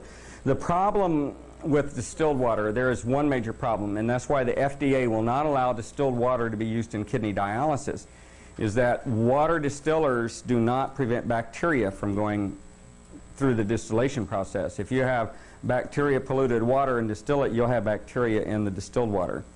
And reverse osmosis water filtration can filter out all bacteria. They run it through reverse osmosis through a 0.2 or 0.1 micron filter, and which will eliminate any bacteria or virus from actually getting, even though their virus is smaller than that, we now know that a virus that passed through a 0.1 micron filter is inactive. It's inactivated. It no longer has any effect. And so the FDA only allows reverse osmosis water. Now, I personally use reverse osmosis water because in my lab I use huge quantities of water. I used to use distilled water, but also I have a system that actually double reverse osmosis treats the water. and then runs it through a series of filters to eliminate every single, I mean, it's like ultra pure water. It's the kind of water that you can inject. They call it injection grade water, or the kind of water you can create pharmaceutical injections out of and things like that. Yes. Does microhydrogen or crystal energy clean up ordinary water? Well, does it clean up ordinary water? Well, depends on what's wrong with that water. But now, ordinary water, like city water, has about 2,000 or 3,000 chemicals in it, at least. I mean, some waters have more than that. They did a study of Houston tap water, and they said after examining Houston tap water, we found that the number one ingredient is water. The number two ingredient was toilet paper, and then it got worse. Oh, that's bad. But this was a true analysis of Houston tap water. So even though municipalities will tell you our water is perfectly safe for everyone to drink, they aren't looking at anything but the fact that it won't, give you diarrhea or or make you like physically ill. That is immediately when you drink it. I mean, because they say it's potable water, but potable water means that it can contain thousands of carcinogens. It can contain that they never test for. It can contain frequencies or vibrations that they've never heard of. Like if you go to a municipality water engineer and you start talking about the Schwenk drop test, he'll go to, pardon? Oh, Schwenk, S-C-H-W-E-N-K, S-C-H-W-E-N-K, Schwenk, Dr. Theodore Schwenk, Theodore. Patrick, re-released the book Sensitive Chaos. Oh, have they? Oh, wonderful. One of my favorite books is his. It's called Sensitive Chaos that Jim just mentioned. S-E-N, Sensitive Chaos. It's one of the most wonderful books I've ever read because, I mean, it's poetic, this book. This is poetry in motion. It talks about, well, when you see the book, you'll know what I mean, but it's a wonderful book. Author, Theodore Schwenk. Fields Bookstore. I wonder if you could address specific diseases and what effect crystal energy and microhydrogen have on them. Boy, okay. Alzheimer's, MS. Well, I don't want to focus totally on crystal energy. How many people here are totally just interested in following this line of interest? I mean, just raise your hand. I'm curious. Okay. And how many people would like to know other stuff too? I mean, okay, good. Okay. Well, and plus the same ones. Okay. Okay. All right. Well, thank you. Okay. First of all, these things are not medicines. Number one. Although water is your best medicine. But that water, I'm not talking about the specific water. Water is your best medicine. But the best water you can drink is what you want. And the very best water you can drink is water that has these characteristics that Dr. Coanda described to me. And in my opinion at the moment, I mean, there may be other discoveries and things coming around, and I'm doing constant water research and improving. Since we developed crystal energy, I mean, water has changed. Even that product has changed tremendously over the years. I keep improving it, but basically, we have with microhydrin. I mean, we're having all kinds of wonderful and with people being aware of water and what it does to the body, we're getting all kinds of miraculous things happening with it. We have people, who've been stung by, scorpions and deadly spiders and snakes and all kinds of things who take microhydrin who didn't even get sick after that because a lot of the venoms used by insects and snakes and spiders and so forth, they cause your body to dump electrons immediately in your urine, and that's why anyway, I'll get back to that in a minute. But How much microhydrin might they take when they're stung like that? Well, personally, I would take like 12 a day if I was stung by something really bad. But this one lady who was hit by a scorpion in Arizona, she was taking 3 a day, 3 capsules a day, 1 in the morning, noon, and night, for 3 days before it happened. And then she woke up in the middle of the night with a sting on her face, slapped her face. You know, she felt something, and when she slapped, she felt something gooey, you know, and she woke up and it was a scorpion. She had killed a scorpion that had stung her face on it. And that's a bad place to get stung. Any place close to your brain is a bad place to get bitten or stung because of the easy access of the toxin to your brain. And so she knew, because she had been stung years before by a scorpion, same type of scorpion, a bark scorpion, and she knew that she was going to be sick for about a week and feel like she had the flu for a week and just drag around with no energy. And it might be worse because she was much older. So she called 911. The minute she knew it was a scorpion, they said, "We're sending an ambulance." And while she was waiting for the ambulance, she felt this warmy, like a current flowing from her body, you know, right to the bite mark. And it got real hot. The bite mark got real hot, swelled up, went down, swelling disappeared. The lymph gland under her arm swelled up and went down, all within 15 minutes.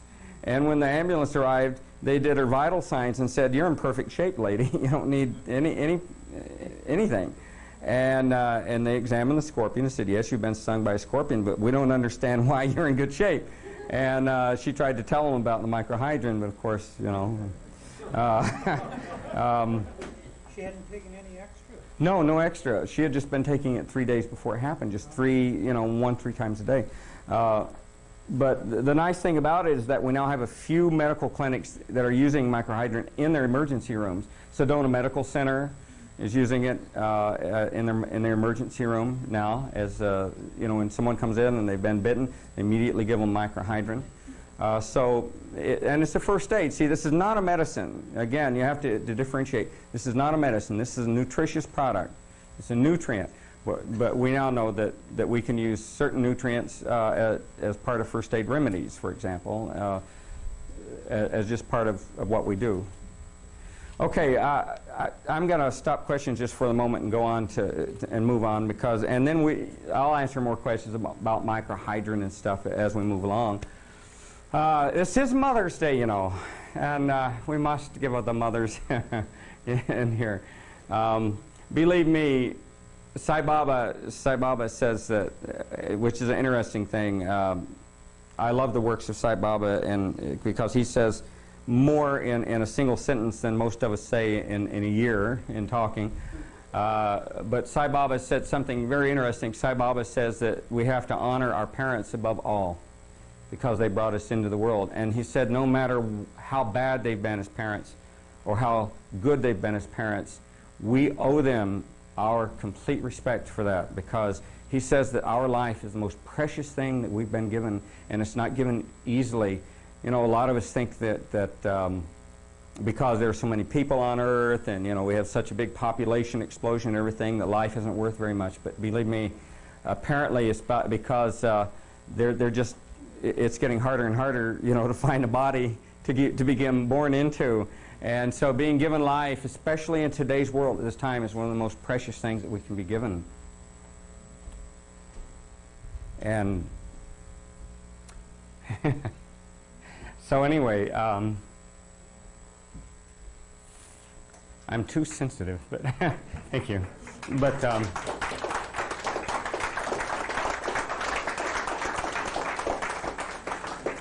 I know that my mother gave me precious life, and I honor her. But of course, she died, let's see, how long ago? Let's see, 16 years ago. But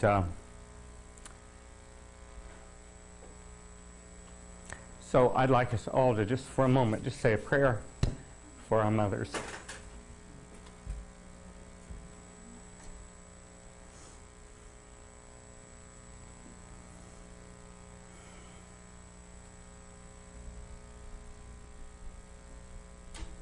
And don't leave out your fathers. Okay.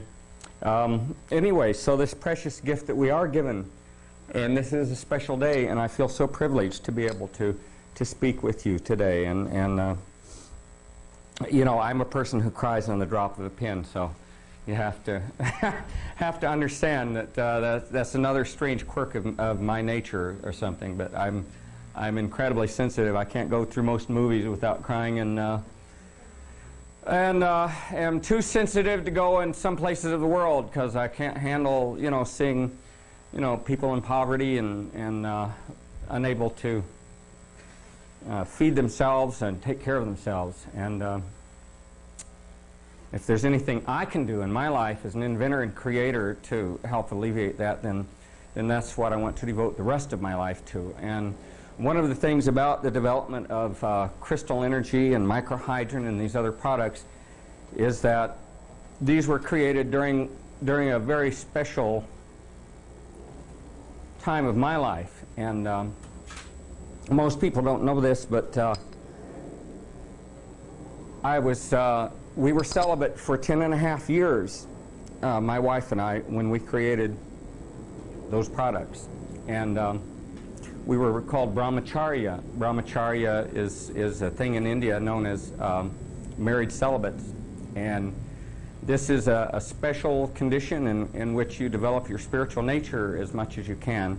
And it was during that time, living in isolation in Arizona, working in the lab hours and hours every day from, I would work in my lab generally from about 10 at night to 6 in the morning for all those years, for about 10.5 years.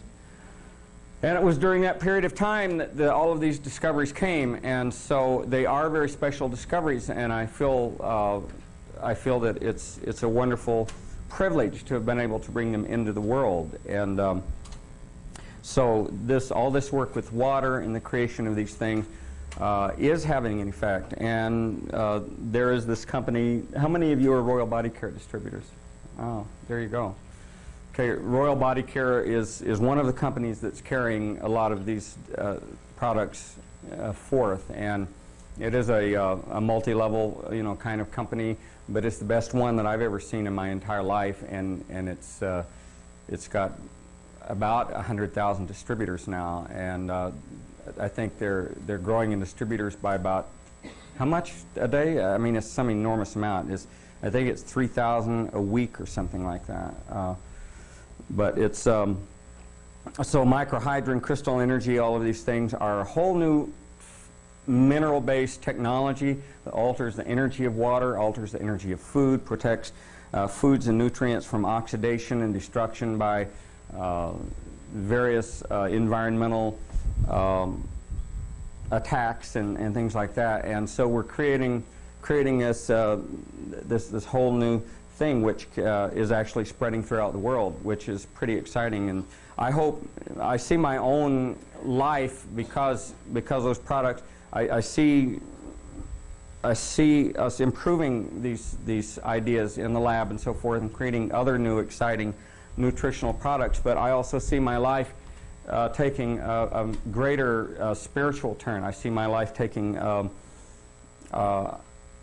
another turn and actually going in cycles. For example, the study in yoga that I did when I was 11 years old is a whole lot different than the study I'm doing right now,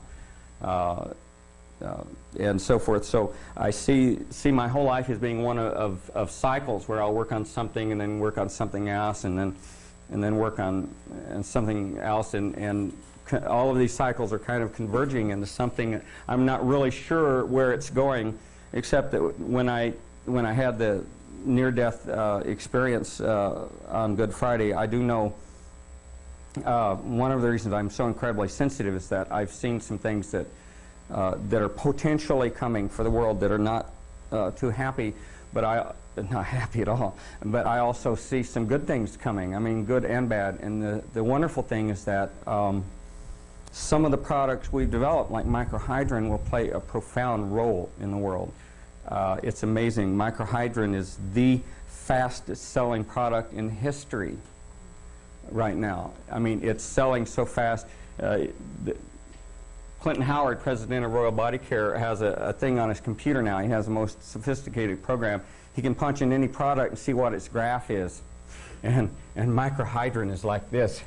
I mean, microhydrin graph is straight up. It's exponential straight up. And it is the fastest selling product in history of any multi-level company or any company in the world right now. And the reason it's selling like that is because of the marvelous things that it does when you take it. I mean, it's amazing. It's one of the few products that I've ever taken or that you can give another person that they usually feel something within 20 minutes. You give a person one capsule of microhydrin and they feel elated. They feel a lift in energy or a lift in mood or a lift in something within 20 minutes. Okay. Yes? Do you have any problems keeping up with production, both for crystal energy and microhydrin? No, thank God. The question is, am I having trouble keeping up with production? No, thank God. I don't see. I've expanded my lab, my production lab, to the point where we can produce. About 60,000 pounds a month or something like that right now. But I have the capability. We have the capability of multiplying that, even more. But I have that capability right now, and But the interesting thing, the nice thing about it, which is profound, and I'd like to explain it a little bit since I got on this, is that is the subject of viruses. In the world, there is no such thing as a viricide for the living system. Viricide is something that destroys viruses, and of course bactericide is something that kills bacteria and so forth. Fungicide is something that kills fungus and so forth. But the only thing that people were trying, for example, in Europe, if someone came in with a virus like hepatitis C or AIDS or something like that, what they would do is take the person's blood, run it through an ozone machine, treat it with ozone. Of course, in America, this is not an accepted treatment, but in Europe, this was one way of getting the virus is with ozone, which is highly activated oxygen that's been ionized. The problem with ozone is that ozone is a bleach, and ozone it generates billions of free radicals in your body. I mean, it destroys cells like crazy if you do this. But the thing is, what happens is that if we drew a diagram on the board here, okay, and let's say everything in this area are pathogens that are bad for the human body or for an animal body. Okay, and this could be candida yeast cells, and we can have bacteria, different kinds of bacteria and viruses and fungus and so forth, all within this. And over here we put pH on the bottom, pH, which is acid-alkaline balance, and this is pH 7, okay? And this is pH 3, which is, pretty acid, and this is pH 11 over here, which is very alkaline. Okay, and on this side we put redox potential, which is a measure of basically the number of electrons, free electrons in the system.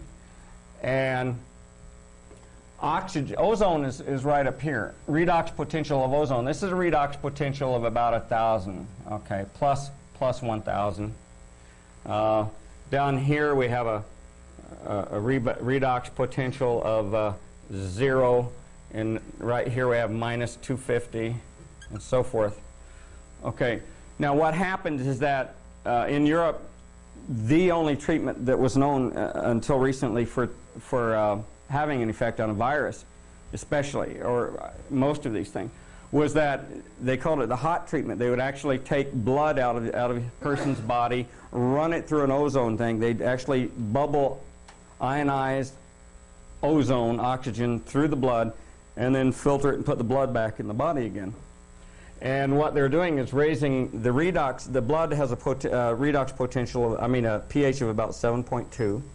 So if you draw a line, on this graph from a pH of 7.2 up, we see that if you can raise the blood, the redox potential of blood, anything above, say, plus 900, and leave it that way for a period of time, and then put it back in the body, you're destroying every pathogen in the blood. but you're not getting all the pathogen that are in the body, that are in the lymphatic system, and all the pathogens that are hiding in the brain, and all the pathogens that are hiding in the joints and other places in the body. You're getting rid of pathogens that are in the blood. And blood actually constitutes a very small amount of the water weight of the body. Our bodies contain, for example, my body contains about 100 pounds of water. But as far as blood goes, my blood, doesn't. I only have. Pardon? No, 20-something pounds. Yeah, 20-something pounds of blood in my body. So 80 pounds of that water wouldn't be treated by ozone. But anyway, so we take my blood out, we run it through an ozone machine. We raise the redox potential to plus 1,000. We're killing all the viruses and bacteria and everything that might be in the blood, but we're also generating billions and billions and billions of free radicals that are killing my DNA and destroying cells and all kinds of bad things. So, it's another form of therapy where you're trying to kill the bad guys before you kill the human, because if you ozonate the blood long enough and put it back in the body, a person will die from all the free radical damage caused by ozone.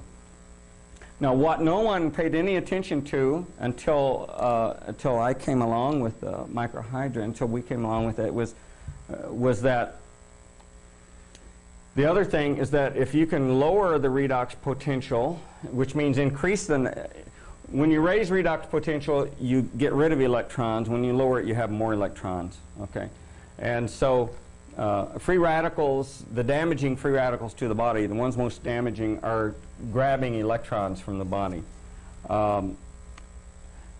So the whole idea is that if you can lower the redox potential of the bodily fluids, all the water in the body, to minus 250 or lower, and keep it that way for a while, these things just can't live in that environment either. They don't want to be there. You're not killing them. With ozone, you're actually killing them or destroying viruses and destroying bacteria and things like that. When you lower the redox potential to minus 250 or lower in the body, and you keep it down for a length of time, what you're doing is you're changing something called biological terrain. Now, the thing is that our cells thrive here. Our cells love it. They thrive here. Plus, you get rid of all the free radicals in your body. But all of these bad pathogens, they can't live there anymore. So they leave your body. They just go. They disappear because they can't live there anymore. And so this is so much better than this one. And so basically, when I started doing work on microhydrin, one of the first things I did, I've done this since about 1990. Around 1990, I lowered the redox potential of my blood, urine, and saliva, which meant all the bodily fluids in my body were that low. But I lowered myself down to minus 450 and kept it there for several months. And not only that, but we have this microscope called a Nessan's microscope. Dr. Nessan's is this guy in Canada that built this special condenser where you can see things in blood that you can't see with ordinary medical microscopes. And we were looking at our blood, and when we lowered ourselves down to this minus 450 range and kept it there for months, our blood became incredibly beautiful under the microscope. It's amazing how beautiful the blood cells looked. How healthy and how active, all the white blood cells, and how active everything was and how beautiful it was. And forgot what ordinary people look like whose redox potential is really in this range, which is ideal for all these things to live. Because if you take most people's blood and you put it under Nessan's microscope, you see little things that look like worms and all kinds of stuff swimming around in the blood, parasites and bad things crawling around and living in the blood cells and living in the blood. And it's pretty scary kind of thing. I want to contribute one thing regarding ozone, because some people may be getting ozone therapy either here in this country or in Europe. And what is known and what is done after the initial blast, if you have a particular organ that really needs a blast of ozone, when you replace they are free radicals of oxygen, which kill pathogens, but you have to replace it so they will So if one were to be doing therapy, Right. the microhydrogen would be the ideal balancer to avoid any cancer. Well, that's what I was, thank you, and you anticipated me because I was going to say that we now have doctors in Europe, doctors in the U.S., doing hyperbaric oxygenation therapies and ozone therapies and all that, and what they're doing is they're giving their patients huge quantities of microhydrin before, during even, and after the treatment, and they're getting, so it doesn't wipe out ozone, it doesn't, you know, people who do oxygen therapies, you know, there are a bunch of people into oxygen. In fact, somebody sent me a brochure, Oxygen is King, you know, and the thing is, I'm not saying oxygen isn't a good thing, but oxygen without hydrogen, without electrons, is a bad thing. And of course, you know, hydrogen without oxygen is a bad thing too, because we can't live on hydrogen alone. One does not live on hydrogen alone. That'll be the, or oxygen alone. But the fact is that we need oxygen and hydrogen to offset each other energy-wise in the body, because hydrogen, especially negative ionized hydrogen, is the thing that is the opposite pole to oxygen in the body. And in fact, we burn oxygen to create energy. It's the other way around. Oxygen burns hydrogen in the body to create energy in the body. And so, this is why this is so exciting, because, you know, the Center for Disease Control says that there are all kinds of things happening in the world that are kind of scary. I mean, you know, there's the Ebola and all kinds of viruses and things coming out of the rainforests that are being destroyed and burned down. And as we're destroying the planet, you know, it's interesting. We went up yesterday to the University to the Whole Earth Fair up at the University of California in Davis, and Jose Arguelles, who is a friend of ours, was talking, and he was saying that he remembers 26,000 years ago when he was brought in, that he was told that we could play on the earth, but we had to leave it cleaner than we found it. Boy, have we failed! And the point is that by destroying all the rainforest and all the, you know, by man's incessant drive to consume more and more and more of the resources in the earth, we're actually putting in a lot worse shape than it was before. And the thing is, it's possible that we're coming up with technologies and things that will help to. That's what I'd like to do. I mean, my rest of my life I'd like to devote to figuring out how to clean the earth out. That would be fun, and that's something that we might all be able to help with. And there's a whole side of that too, which is too much to go into right now. But How does microhydrogen work with hydrogen peroxide? Microhydrogen works fine with hydrogen peroxide. In fact, I can put hydrogen peroxide and microhydrogen in water simultaneously and leave them there for hours and hours, and later on come back and measure hydrogen peroxide and microhydrogen. They do not destroy each other. What they do is the microhydrogen prevents free radicals from being formed, but which actually can actually help preserve hydrogen peroxide, because hydrogen peroxide in the body, you know, forms free radicals. I mean, there are people who take hydrogen peroxide as part of therapy or oxygen therapy or whatever, and microhydrogen antioxidants actually help to protect the body from damage, while the hydrogen peroxide does certain things that are useful in the body. For example, you know, there are enzymes in our body that produce hydrogen peroxide to kill bacteria. That's how they kill the bacteria. You find a bacteria, white blood cells actually release hydrogen peroxide, a small amount of hydrogen peroxide to kill a bacterium.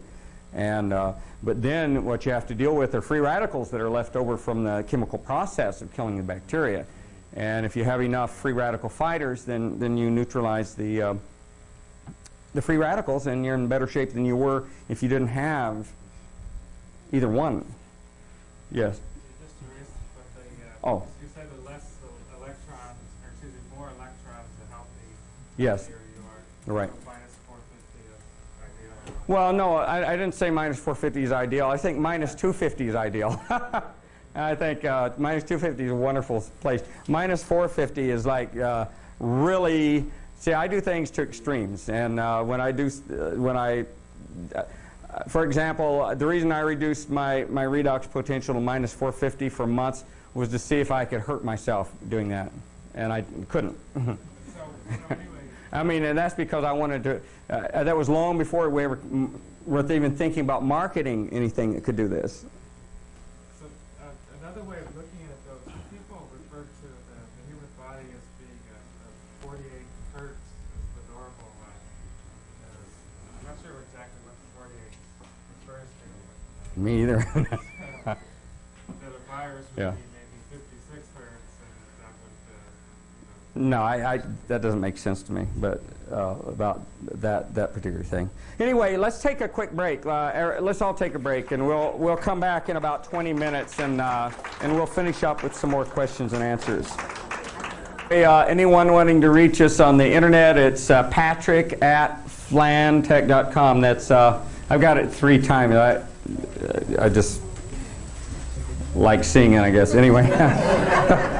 I raised Hugo Gern's back and thought I could put it here, but anyway, it's FLANTECH, like Flanagan, flantech.com, Patrick @ So you can email me there and for more information about different things, or if you just want to establish communications about whatever. Speaking of Sai Baba, how many of you know about Sai Baba? Oh yeah, sure. I mean, this audience, most of you would, but Sai Baba is an avatar in India who is truly an avatar, and I have a design that we put on our crystal energy bottles called a Sri Yantra, and the Sri Yantra is it's about 12,000-year-old design that is most amazing. It's made up of 9 triangles, and I can only show you crudely what it is, but Sri Yantra has like 5 triangles down and 4 triangles up, and basically they cross at different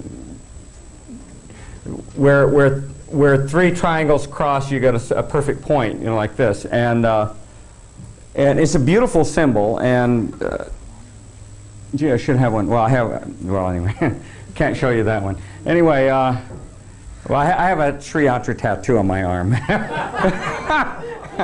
in case you're wondering. But anyway,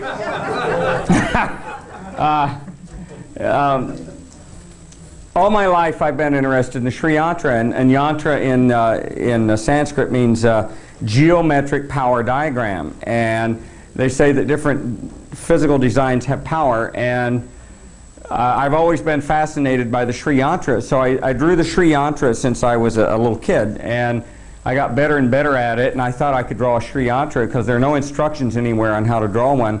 But then in 1984, 85, I got a computer with a drawing program where I could draw to an accuracy of a 10 millionth of an inch, and I decided to draw a Sri Yantra on my program, and found out that the thing is, it's made up of only 27 lines, 9 triangles down, 4 up, or whatever. But the thing is, where 3 triangles cross, you get this point, this perfect point. The problem is, when you're drawing to an accuracy of a 1 millionth of an inch, you can get 2 lines that cross perfectly with a point, but that 3rd line, if it's not exactly here, then you get another little triangle where you don't want one. See? So in other words, you're going to have 3 lines crossing like that, creating a new triangle when they're all supposed to, cross at exactly the same point. And the problem is that each triangle has a different geometry, and there are 9 of them, and they all interlace. So there are multiple points of intersection where there are 3 lines. And if you change the geometry of any one triangle just slightly, it makes every little point into a whole series of new triangles, and so it's no longer a Sri Yantra. It's not a perfect Sri Yantra. So I was going a little nutty trying to draw a Sri Yantra and on my computer, and I drew every single day for about 6 months. I would spend 16 hours a day working on a Sri Yantra, and going crazy, drawing Sri Yantras, and I'd change this triangle. And I was looking in the triangles for sacred math, sacred numbers, like the golden ratio and epsilon, like different mathematical ratios found in physics and found in the universe and so forth. The square root of 2, the square root of 3, the square root of 5. I was looking for different kind of numbers in the triangles, thinking that that there's some secret. If this triangle was based on phi, which is the cross section of the Great Pyramid, then maybe there's another triangle based on epsilon, which is found in physics, a constant found in the universe, and maybe there's another one found on hydrogen constant or this or that, or a square root of 2, 3, or whatever. And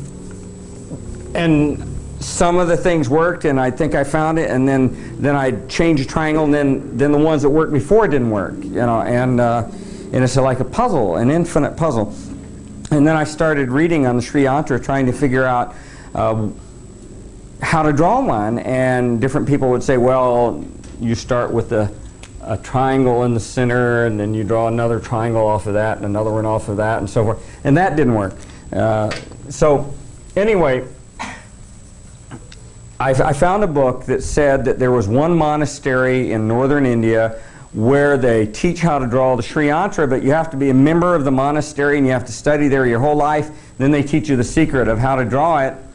And, and only, the pure devotees of the monastery could do all that. So I said one night before I went to bed, I talked to Sai Baba in my mind, and I said, Sai Baba, if anybody deserves to know how to draw a Sri Yantra, I do. And I said, I've been celibate, and I live a pure life, and I meditate. I live out in the woods, and up a road with no name, and animals surrounding, and plants, and meditate, and do all these things, and work in my lab, and surely I deserve to know how to draw a Sri Yantra. So I said that in my mind. And that night, Sai Baba came to me in my dream with a blackboard. Actually, it was a whiteboard. But he came to me with a board, and a pen, and he taught me how to draw Sri Yantra. And the very next morning, I got out of bed, and I went in, and I drew a Sri Yantra to an accuracy of 1/10,000,000th of an inch with perfect crossings. I don't know, they may not be perfect, but they're perfect to a 10,000,000th of an inch, which is pretty good when you're drawing on an inch scale.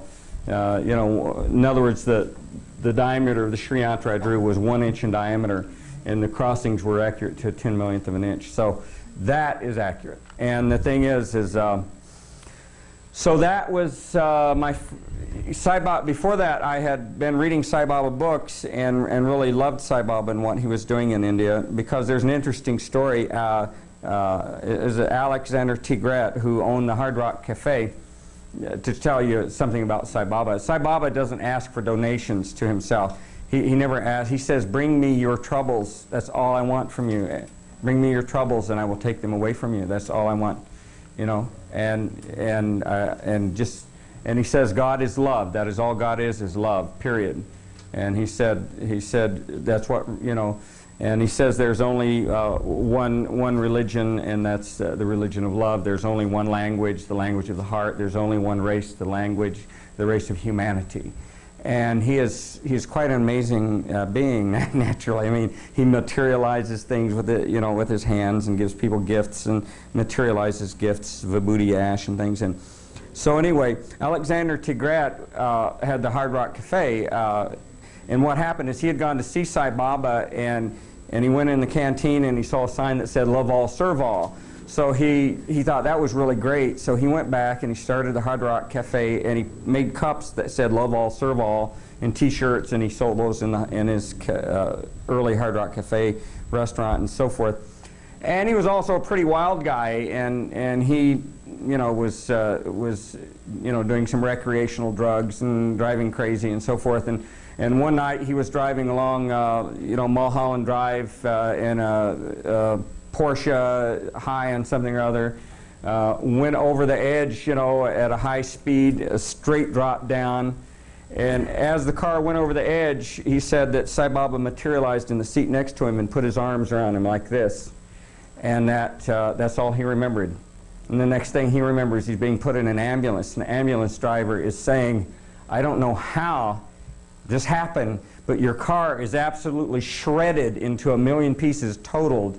And he said, you don't have one scratch on you. He said, this is a miracle.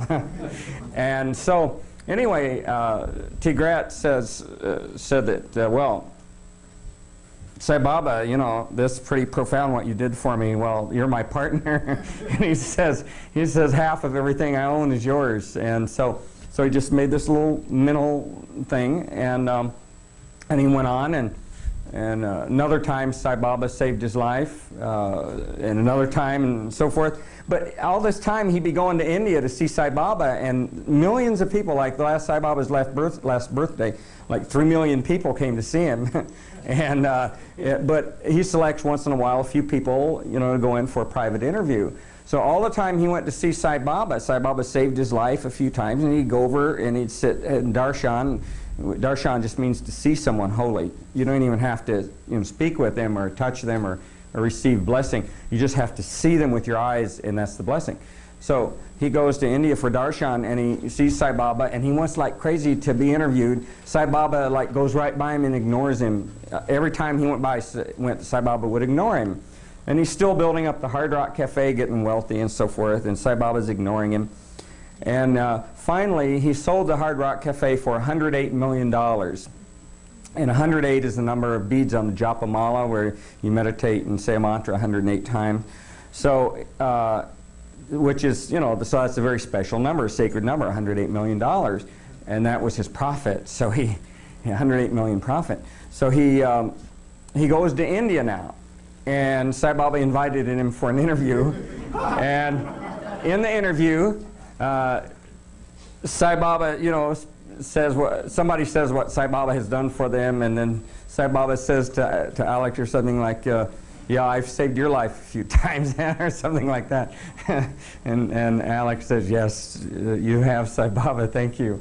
And so anyway, Sai Baba says, what do you want? And Alex says, well, you know, I sold my business for $108 million and $54 million is yours. What would you like me to do with it? So Sai Baba said, build a hospital for poor people.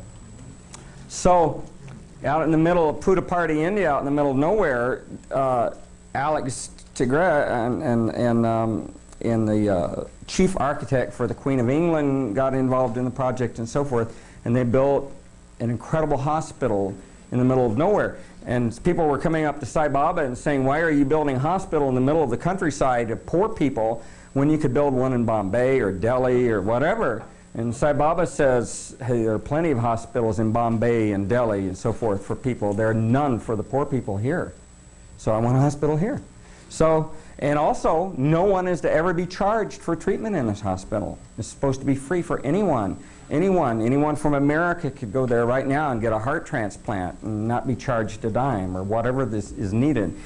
And so anyway, they built this hospital in record time, and it's amazing. The Indian government allowed them to bring in all the medical machines without any duty on the machines or anything, and they built this hospital. And it's getting time for Sai Baba's birthday, you know, when 3 million people came, and Sai Baba said, you know, I want some heart operations and things in the hospital on my birthday. And they said, but Sai Baba, the operating room isn't sterile yet. It's not clean. I mean, we've just, you know, we're putting it together. We don't have the glass and so forth. Sai Baba said, I want the operations anyway.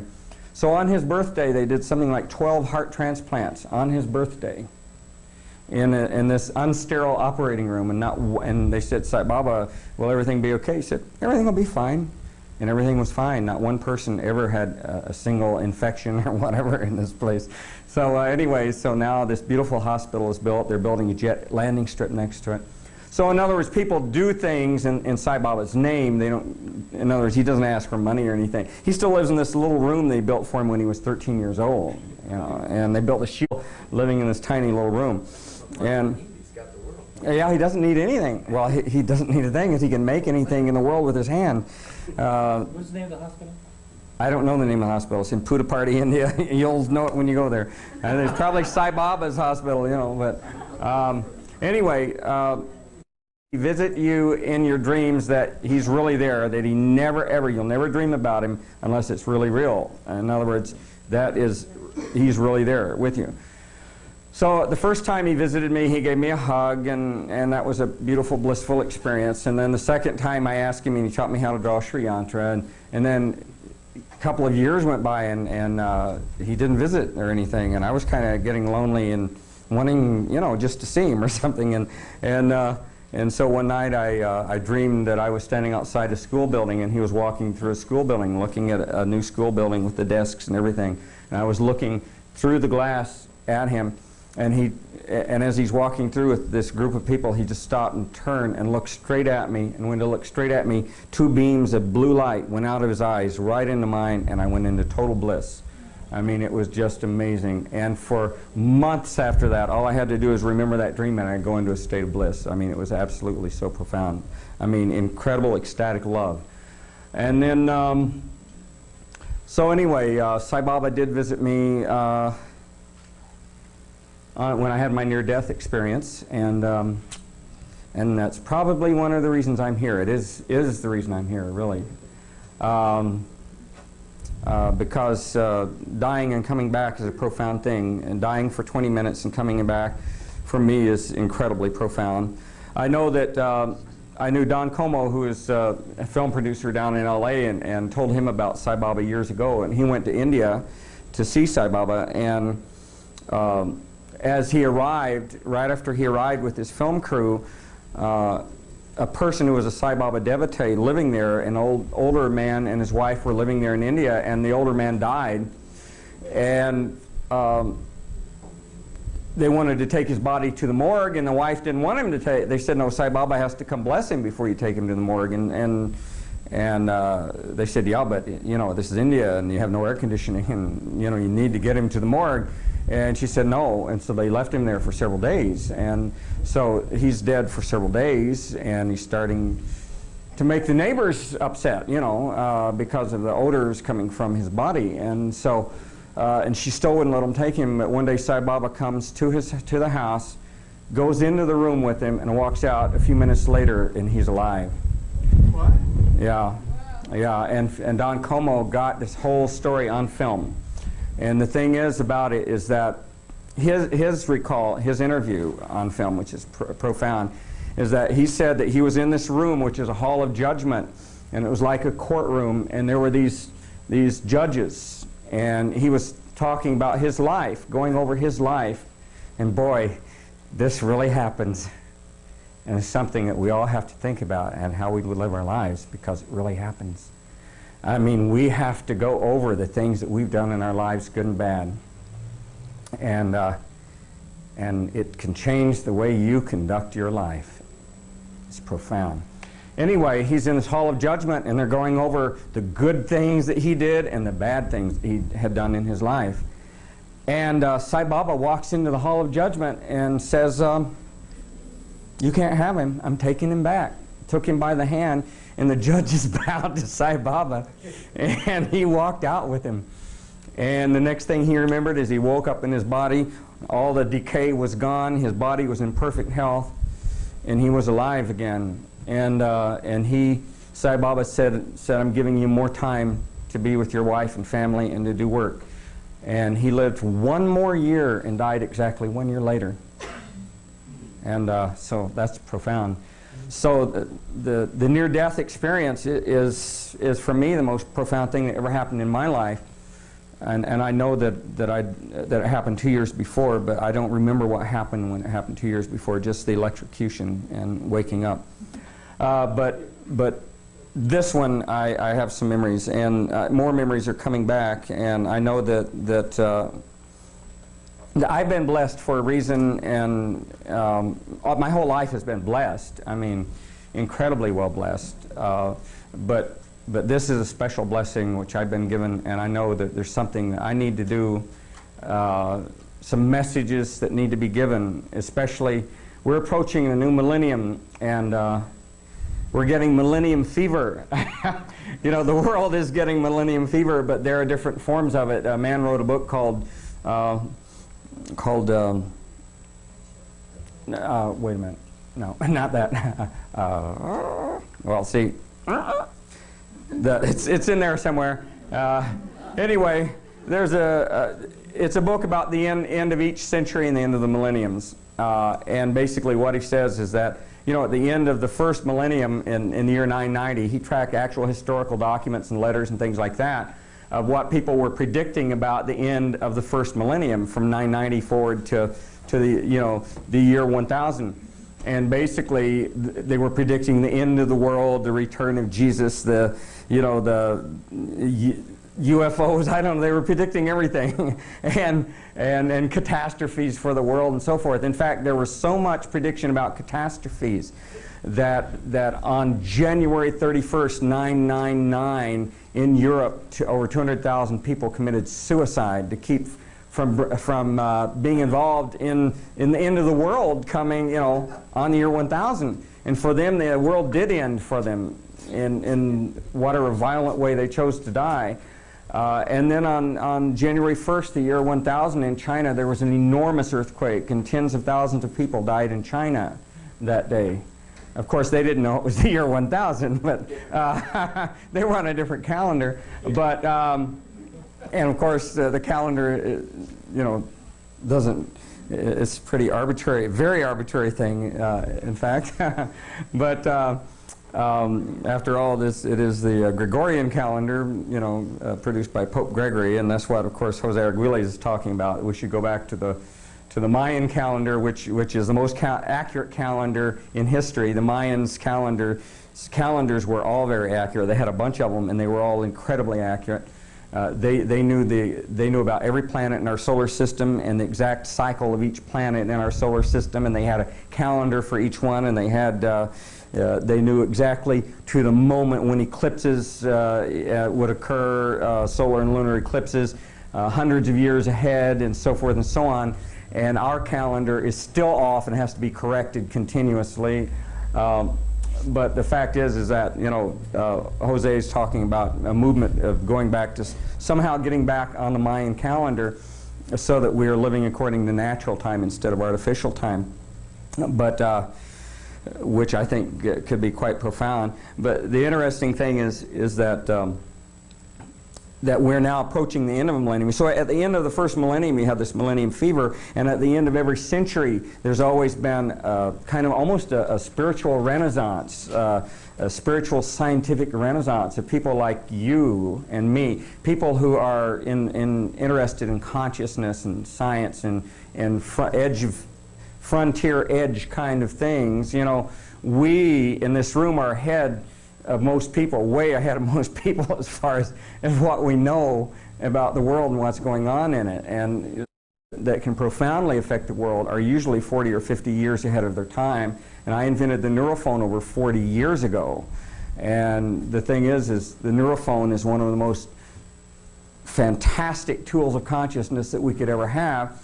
And one of the things that I believe that I've been brought here for, and one of the things that I've actually received messages on to that effect, is that the neurophone can profoundly change the consciousness of the entire world in ways that could affect every being on this planet. And one of the ways that I was given that I'd like to mention is that what I was told, and I was told this when I was 13 years old when I first invented the neurophone.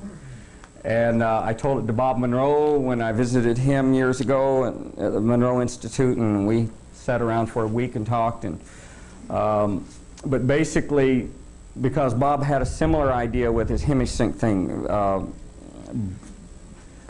but he didn't have quite the whole message, and neither did I at the time. But I'm getting it. I'm getting the message. Let's say.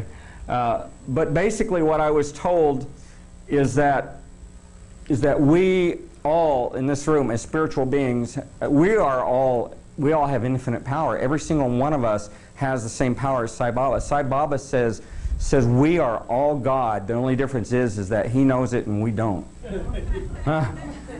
And that if you really know it, you could do what Sai Baba can do. You could bring people back to life. He's performed every single miracle that has been reported in the Bible. He's made blind people see and naturally brought dead people back to life and cured people who were crippled for life and all kinds of things. And one of the things that we all have this infinite power, but we're all not synchronized with each other in any way. If we all had perfect telepathic powers, not one of us could ever lie to the other one. Not one of us could ever hurt another person, because we'd all know what was on each other's minds, and instantly all deception would disappear, and we'd all be in so much better shape if we could all do that. And actually, part of that is coming in our future. That really is coming in our future. And but the fact is that what I was told is that if I took 12 people plus one more, 12 people plus one, and we put these people together with the neurophones and synchronized in a certain way, synchronized their brains so that every single one of their minds were perfectly synchronized. I mean, perfectly synchronized, that all the EEG signals and all the little thought patterns in each of their brains were synchronized by the neurophones, that group of people could alter the consciousness of every person on Earth in a flash, that the entire Earth could go into a new level of consciousness, cosmic consciousness or bliss consciousness or whatever. And that was given to me when I first made the neurophone when I was 13, and all my life I've been trying to figure out how to do it. And yeah, probably at some point. But you know, we didn't have computers like we have now 40 years ago, naturally. In fact, I've worked on computers since they were made since they ran on Steam. But I worked for IBM on the NASA space shots for Gemini, and worked for the Navy on man-dolphin communications, and developed a computer that translates human speech into dolphin whistles back into human speech again. And so I've been in computers for a long, long time. And you see, I may be only 53 years old, but I have the knowledge of a person who's in his 80s as far as the lifetime of experience, let's say, because I started early. That's all. I just started early. I mean, you know, when other people were playing with toys, I was playing with transistors. No, I wasn't. They didn't make transistors then. I was playing with vacuum tubes. But okay. So the idea is that I feel that I'm going to create a computerized neurophone, and I'm going to need. I know I'm going to need really good expert computerized programmer knowledge, because I'm not a really. I can program, but I'm not a really good programmer. I'm going to need someone who knows digital speech processing inside and out, and can sit down and write digital speech processing, you know, algorithms with me, and work on a way of creating a computerized neurophone so that I can synchronize the brainwaves of all those people. Because we know, for example, that when you wear the neurophone, that the left and right hemispheres of the brain go into perfect phase coherence. In other words, when I put on a neurophone, or anyone else in here puts on a neurophone for half an hour, the left and right hemispheres go into phase coherence, which means that the left side and the right side know what each other is doing. You've heard that the left side doesn't know what the right side is doing. Well, that's true in all of us except when we're in phase coherence. Patrick, does the information taken into neurophone, is that an organic experience? Oh, yes. Now we know, by the way, I didn't mention how the neurophone works. We now know that the neurophone works through ultrasonic sound, ultrasonic vibration. Originally, when we took these high voltage plates and we had a capacitor and we had 3,000 volts across it, most people don't even know what this means, but anyway, and you put your head in between, you know, this thing, what happens is that these little electrodes became what is known as electrostatic loudspeakers for ultrasonic frequencies, okay? And what happened is that the skin on the head vibrated 40,000 times per second. And the modulation, now we know from the work of Dr. Martin Lennart at the University of Virginia in 1991, who duplicated my neurophone in 1991, who did it because he was aware of the neurophone is what got him to do this experiment, although he didn't mention it in the medical paper, which I, you know, he admitted that to a friend of mine who is the doctor, who is the chief physician for Muhammad Ali, Dr. Carosa. Anyway, basically what he did is he found out that we have an organ inside the inner ear called the saccule, and the saccule is about the size of a pea, and it's an organ that we normally use for balance, for knowing where our head is in relation to the center of the earth for gravity. In other words, it keeps us aligned. And the saccule has a dual function. It not only keeps us balanced, but it's an ultrasonic hearing detector that only detects ultrasonic sound that's transmitted vibrationally through the body. Now that is so weird. How, I mean, you know, when we were created, why did we get an ultrasonic hearing organ and our ears only detect sound? In other words, the saccule will not pick up ultrasonic sound through the ears, only if you take the ultrasonic sound and you apply it physically to the body. Now, when we swim with dolphins and the dolphins scan us, we can hear the dolphins scanning us. But what you don't realize is that a lot of the hearing that you're hearing is neurophonic hearing. In other words, you're hearing the ultrasonic scan of the dolphin through your body. You're hearing the way you hear with the neurophone. You think you're hearing that dolphin whistle with your ears when you're underwater swimming with a dolphin. But those dolphins are scanning you ultrasonically, and you're hearing neurophonically. And what's happening is that the saccule in the ear is picking up the ultrasonic signals. And we now know, for example, that when people swim with dolphins, that the left and right hemispheres of the brain go into perfect phase coherence. So one of the functions of the saccule is that when it picks up certain ultrasonic frequency signals, it puts the brain into phase coherence. So it's another channel into the brain, an ultrasonic channel, but only works through the skin. So now, the latest neurophone we have uses little thin piezoelectric. Piezoelectric means that when you apply an electric voltage, that it vibrates in accordance with the electrical voltage. So these are ultrasonic transducers. They're little metal plates. They don't have voltage across them. In other words, they don't, you know, they have about 20 volts, but they don't, they actually vibrate at ultrasonic rate. And when you apply that to the skin, over 90% of the energy goes in ultrasonically, but about 10% of it is a distortion that ends up being heard by your ears. In other words, with the current neurophone, it's not silent like my original neurophone. When the original neurophone, when you put it on the body, no one could hear standing next to you. With the current neurophone, if you put the electrodes on your head, someone standing next to you can hear the music. But what they're hearing is only a small percentage of the actual power. Most of it's in ultrasonic range going to the saccule in the brain. Now, it's very hard to get rid of that 10% vibration that you hear with your ears. Like a lot of people have said, gee, I'd love the neurophone to be totally silent like the original one. And the only way to do that is with 3,000 volts right now, because I cannot make an ultrasonic transducer inexpensively, when I say inexpensively, for less than $10,000, that will be silent. In other words, I'd have to have a $5,000 transducer here and a $5,000 transducer here in order for it to be silent, because it's called harmonic modulation distortion. In other words, these transducers are only so efficient at ultrasonic frequencies, and some of the sound from the modulation spills over. So for those of you who know what that means, then you'll understand why the current neurophone makes some noise when you listen to it. What was the level of distortion in the original? Well, because the skin's the vibrator. The skin is an electrostatic loudspeaker system is about as efficient as you can get. And that's basically, the original neurophone was a 40 kilohertz electrostatic loudspeaker that's vibrating the skin internally at 40 kilohertz. And the skin itself is piezoelectric.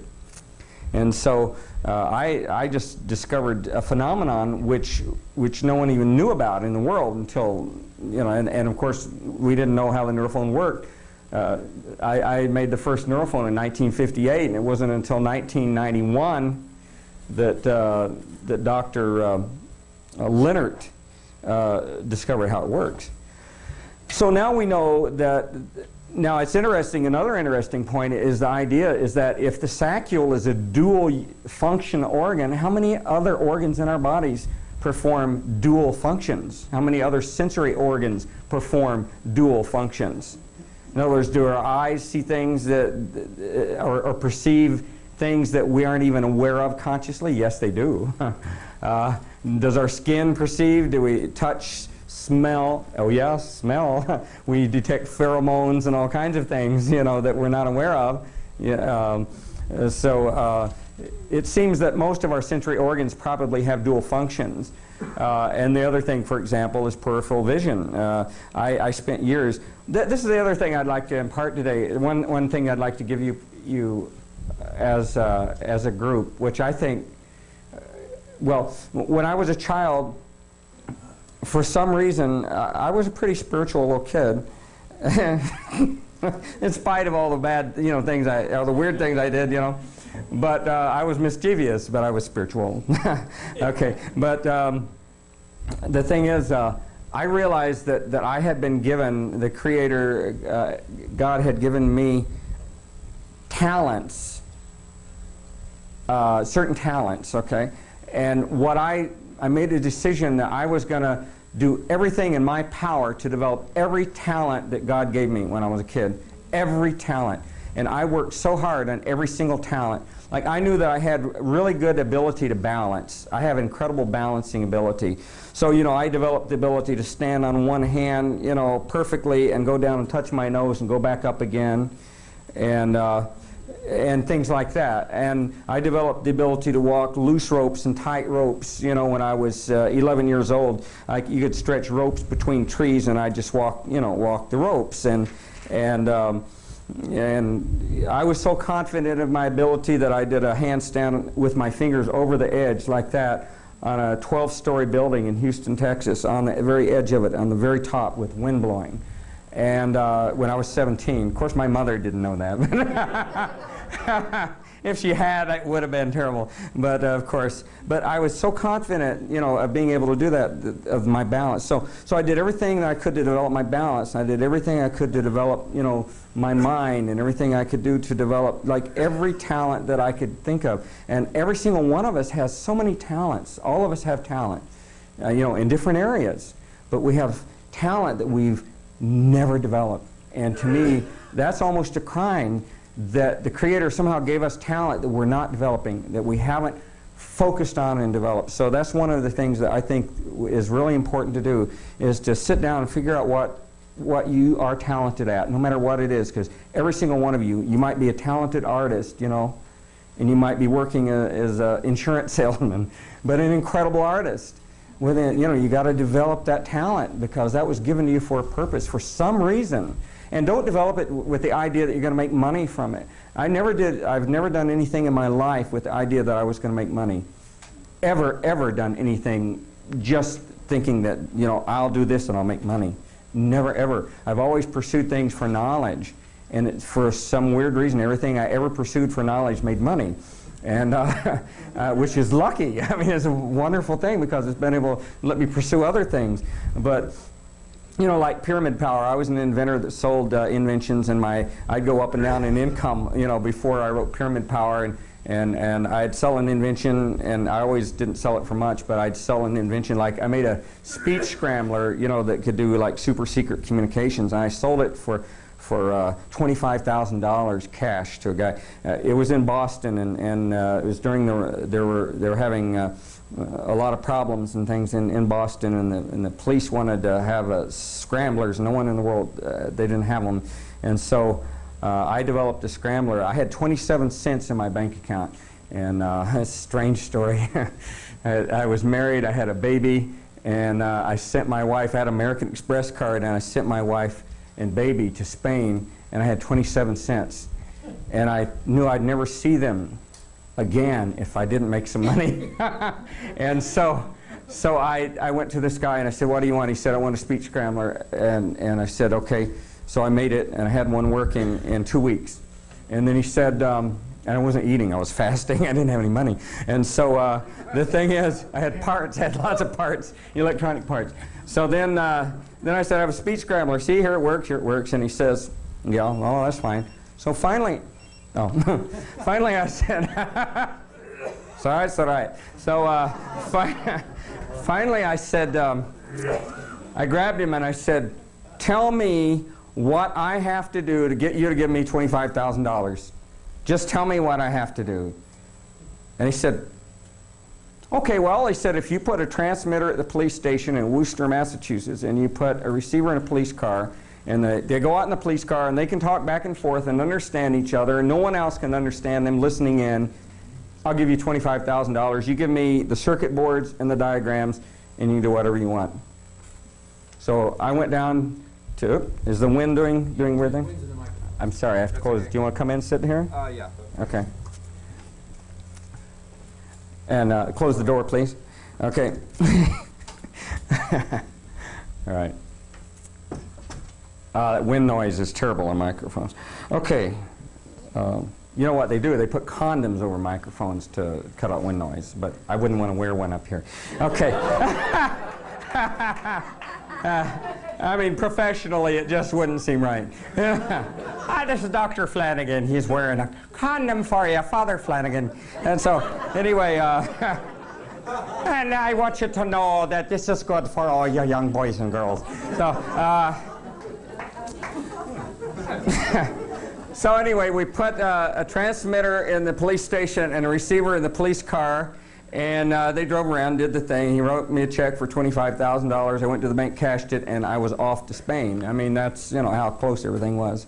So in my life as an inventor, I make money, you know, spend it, make money, spend it. And it was always, you know, like a yo-yo kind of thing. And so then I wrote Pyramid Power, and Pyramid Power, I went into Pyramid Power because I wanted to study, you know, unusual energies, and I had studied, you know, about prana and ki and chi and all these, you know, in yoga and so forth, and I believed in the existence of these things because I could do like certain meditation exercises and. Well, the other thing, of course, I talked about last time, what was funny, is the reality of chi and ki, But the thing is, when I was 17 years old, I was a virgin, but I had, you know, sexually, I was a virgin at 17, and I had this, but I weighed 120 pounds, 123 pounds, and I could pick up 260 pounds, slowly move it to here, and put it up over my head, hold it, and then put it back down again. That's called, and in other words, it wasn't what they call a clean and jerk. I did it, you know, with control. And I didn't even know it, but I was beating the world record at the time. Okay, the world record, Olympic record. So every day there was a swimming pool, and I would go exercise every day, and I would lift up this, you know, 260 pounds, boom, boom, boom, boom, and then I'd swim, and then I'd come back, lift up 260 pounds, and so forth, and I could bench press like over 300 pounds, you know, and that's pretty good for somebody who weighs 120, you know, I mean, it's a lot more than your body weight, you know. Anyway, a little girl invited me to go home, you know, bring her home that night, give her a drive home, and I had sex for the first time, 5 times that night in my life. And so anyway, the next morning, I go to the swimming pool, and I can't get the weights off the ground. And so I'm going, that's the same muscles I had yesterday. I can't get the weights off the ground, and it was so disappointing. I mean, I had a new fun, but my old fun wasn't working anymore. I couldn't lift the weights off the ground. And so that bothered me terribly to figure out what was lost. What did I lose from having sex? And then finally, of course, I knew about prana and chi and all that, but the reality of it was that that's when I became really aware of what we call inner energy. And years ago, I had a company called Energy, I-N-N-E-R-G-Y, which means inner energy. And I taught 16,000 graduates in seminars. We had weekend seminars where I taught all day long for a weekend, and everybody paid $300 a piece to you know, gain knowledge or whatever it was that I was imparting, you know, about inner energy and knowledge, you know, and meditation, all these things.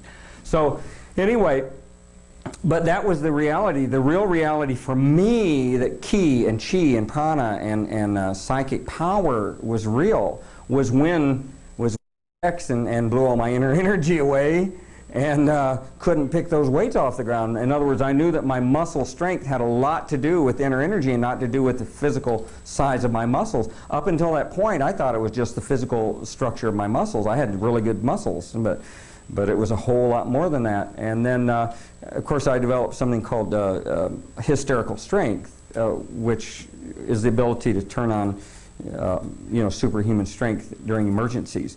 And part of that is chi and ki also. And so the reality is that we all have this, and the most important thing any one of us can do is develop inner energy, or chi and ki.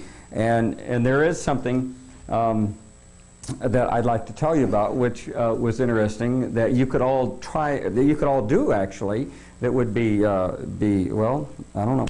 Anyway, but one of the things is that I learned to control my sexuality after that. In other words, at a very early age, I started practicing, controlling my orgasms, and developed, tantric techniques, and went 8 years without ever having a single ejaculation, and just, storing up the energy, the vitality in my body.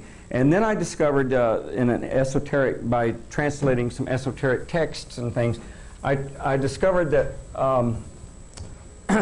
that this is in many ancient teachings. It's in the story of Santa Claus. It's in the book of Revelations in the Bible.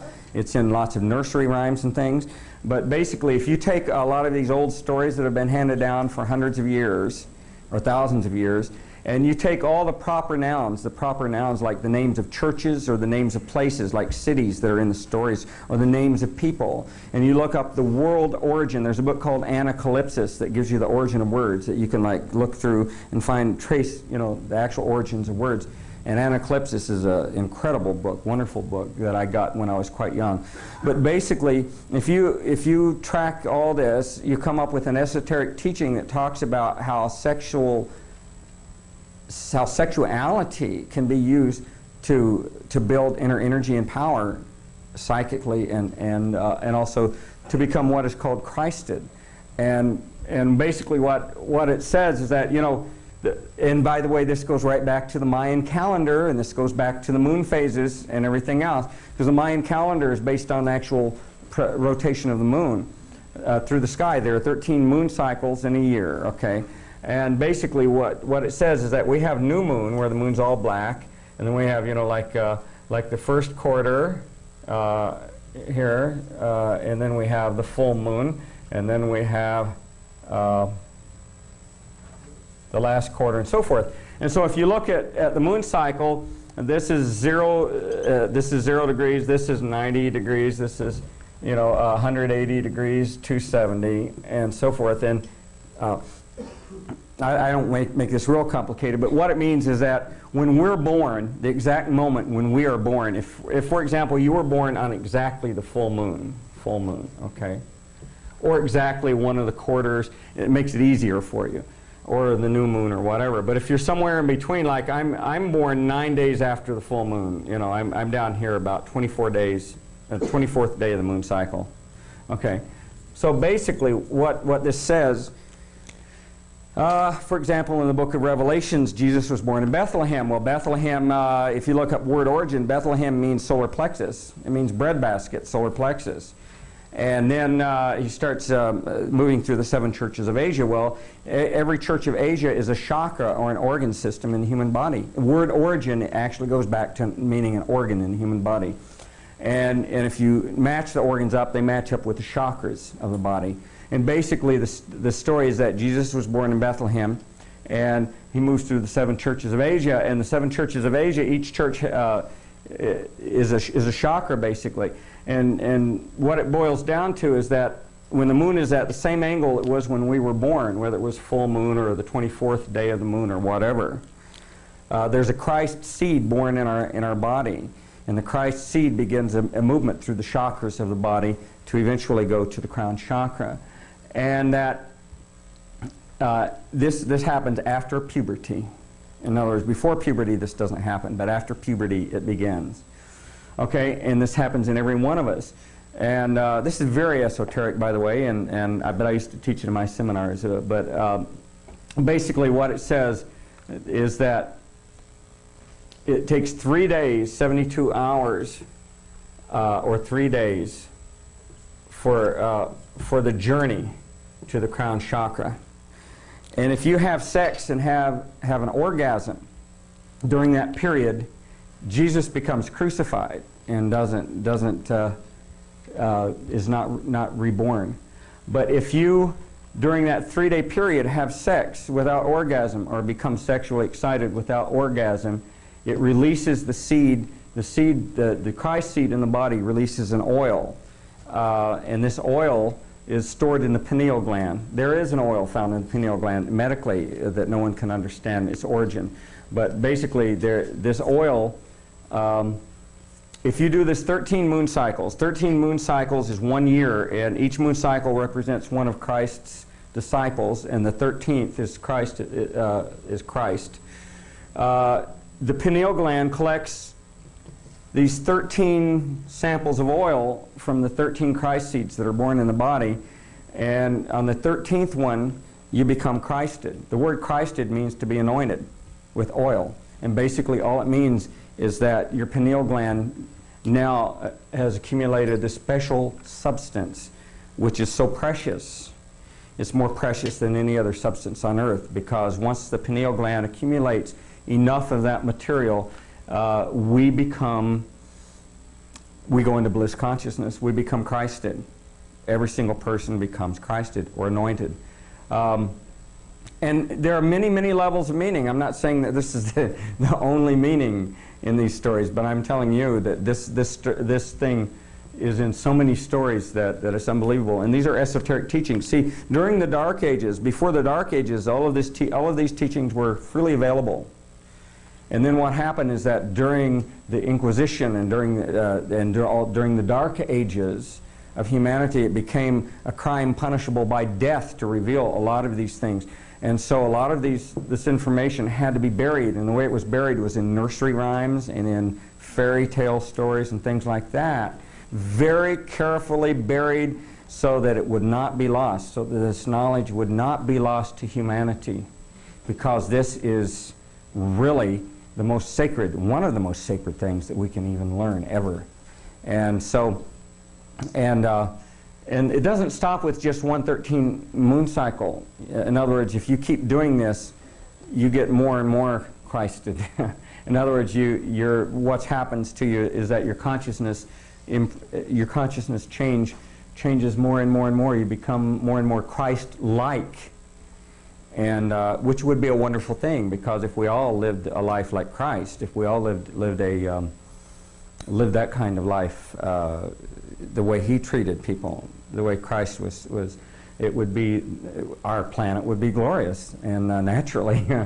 And so this, I think, this is one of the reasons why I'm so sensitive. I mean, since I did this, I mean, I used to be a real tough Texan, you know, and I didn't cry in movies and things like that, but now I'm incredibly sensitive. I mean, I feel I have compassion for people and things that I never dreamed of having compassion. I mean, that just were not in my consciousness, really, that much. And so the thing is that now, I mean, I'm so sensitive that it's almost scary. I mean,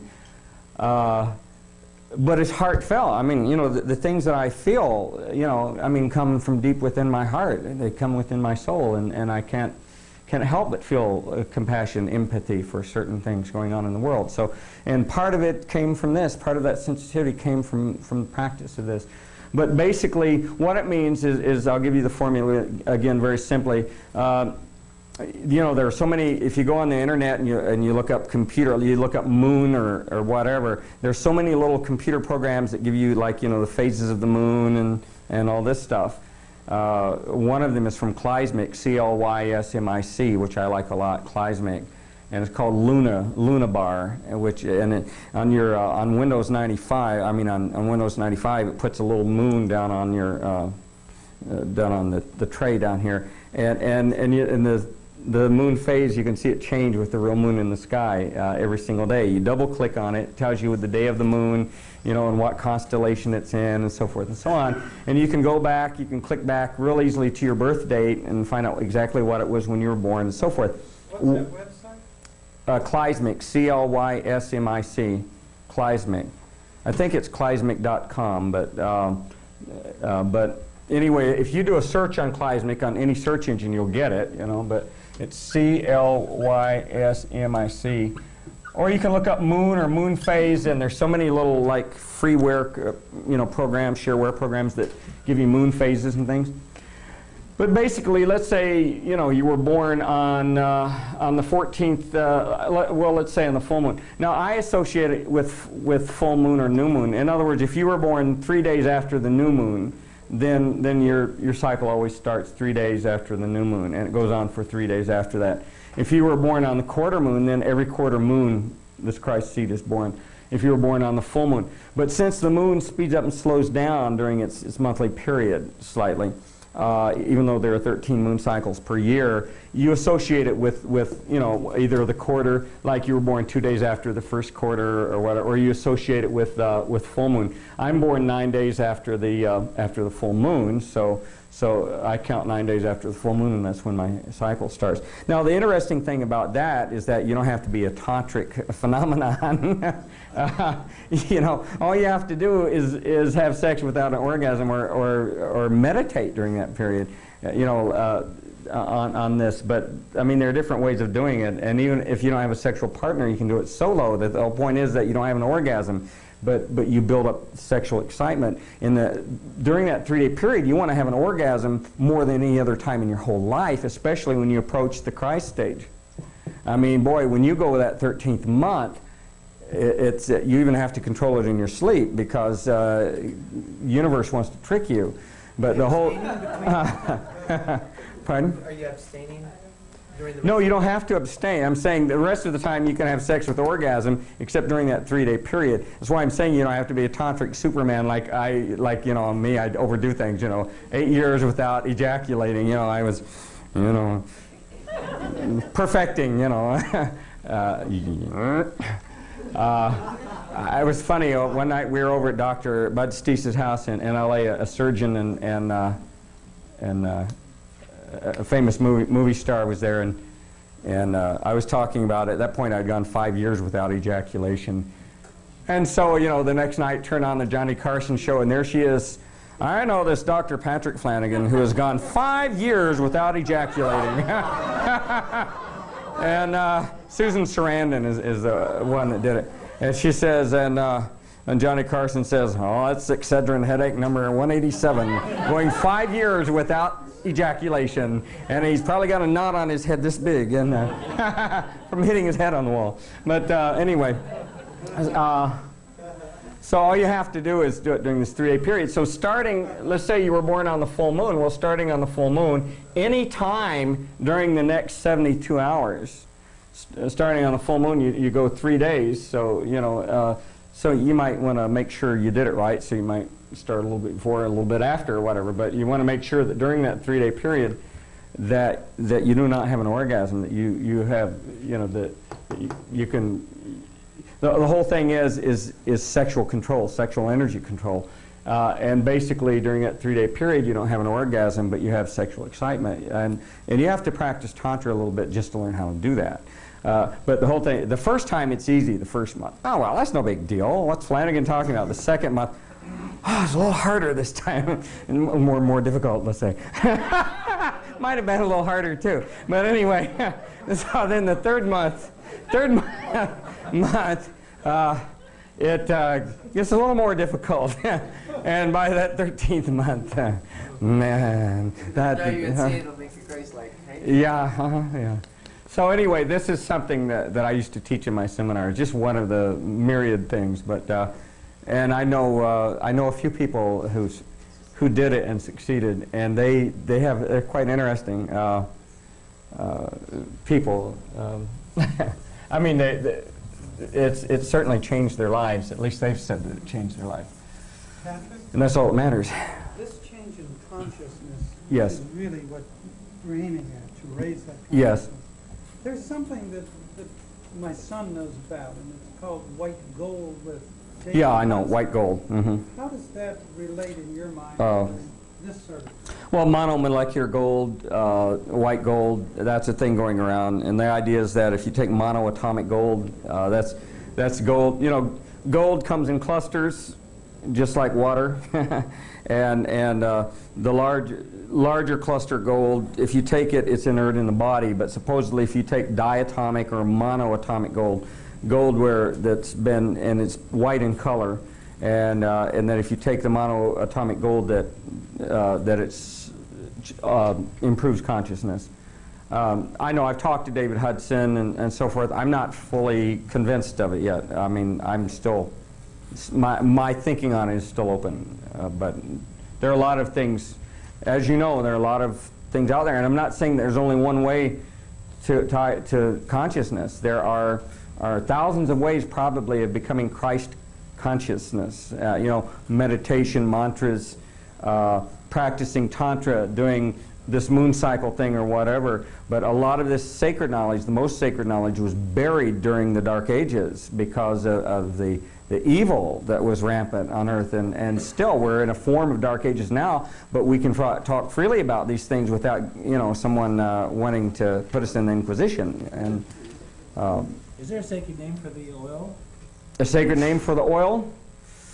Oh, I can't remember. Amrita, it might be. I know that the third and fourth ventricles of the brain are called the cave of Brahma, and that one of the things that happens, by the way, there are different phenomena that happens every month that I haven't told you about. For example, well, naturally, I haven't told you about all of them, but for example, you'll start hearing whistles in the middle of your head. I mean, loud whistles like a flute, you know, like that. And I'm talking about when that whistle goes off, it is so loud that that all your other senses cut out, and you're just absolutely bathed in sound, and it's coming from inside your head, and other people can hear it if they're sitting right close to you. And basically, in esoteric texts, they show between the third ventricle of the brain, which is a hollow cavity in the center of the brain, and the fourth ventricle is a little bitty tiny tube. And the idea is that when you do this, you build up pressure in your spine. Your spinal fluid builds up pressure, and the thing is, and the pressure builds up in the third ventricle, and then moves into the fourth ventricle, and then back into the third ventricle, and it oscillates. And that fluid moving back and forth through that little hole actually makes sound. And you hear it in the middle of your head. It's just a neurophonic kind of thing. And when it goes off loud. And you hear this thing, it's so loud it goes, and paralyzed. I mean, I was completely overpowered by it when it happened. And it gets stronger and stronger. And the other thing is that you hear birds flapping in your head. You actually hear like sounds of thunder, drums, birds flapping. I mean, and this is all movement within these fluids in the brain.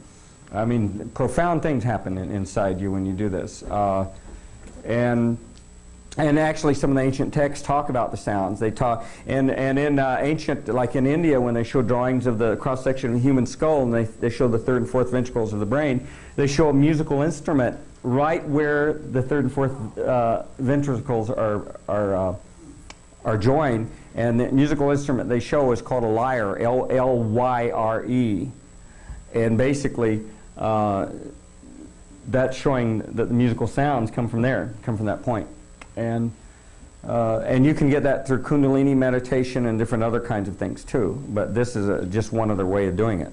Yes.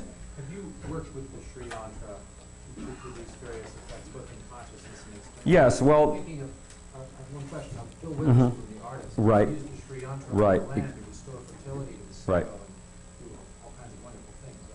Have you done anything along those lines? The Sri Yantra is a very powerful symbol that I have. That's why I have it tattooed on my arm here. I have one of my perfect ones tattooed right on my arm, and the Sri Yantra is very powerful, and it does affect things. And in my lectures, by the way, I used to have a device known as a ballistic kinesiometer. You know, people are always doing muscle testing, and it's become almost ridiculous. You know, everywhere you go, you know, they're doing these things. You know, did you know me in a past life? Yes, you knew me in a past life. Did you kill me? No, you didn't kill me. Ah, thank God. You know, I mean, so that's, you know, but there are misuses for everything, and. Every tool has a use and a misuse. We all know these things. But so I had a device called a ballistic kinesiometer, and what it was a strain gauge. that you could hold out your arm and I'd say resist, and I'd push down on it, and it actually gives what's called a ballistic curve of muscle pressure. It goes into a computer, and let's say I start pushing down and you push up as hard as you can. On the computer I'll get a curve, you know, kind of like this, and it'll say that when I first started pushing and you resisted, it peaked here and you put out a force of 30 kilograms. Okay? And I can do this over and over and over again, and it gives me an actual scientific reading of your actual muscle strength. No matter how hard I push or whatever, always, no matter what angle, I can get this kind of curve, right?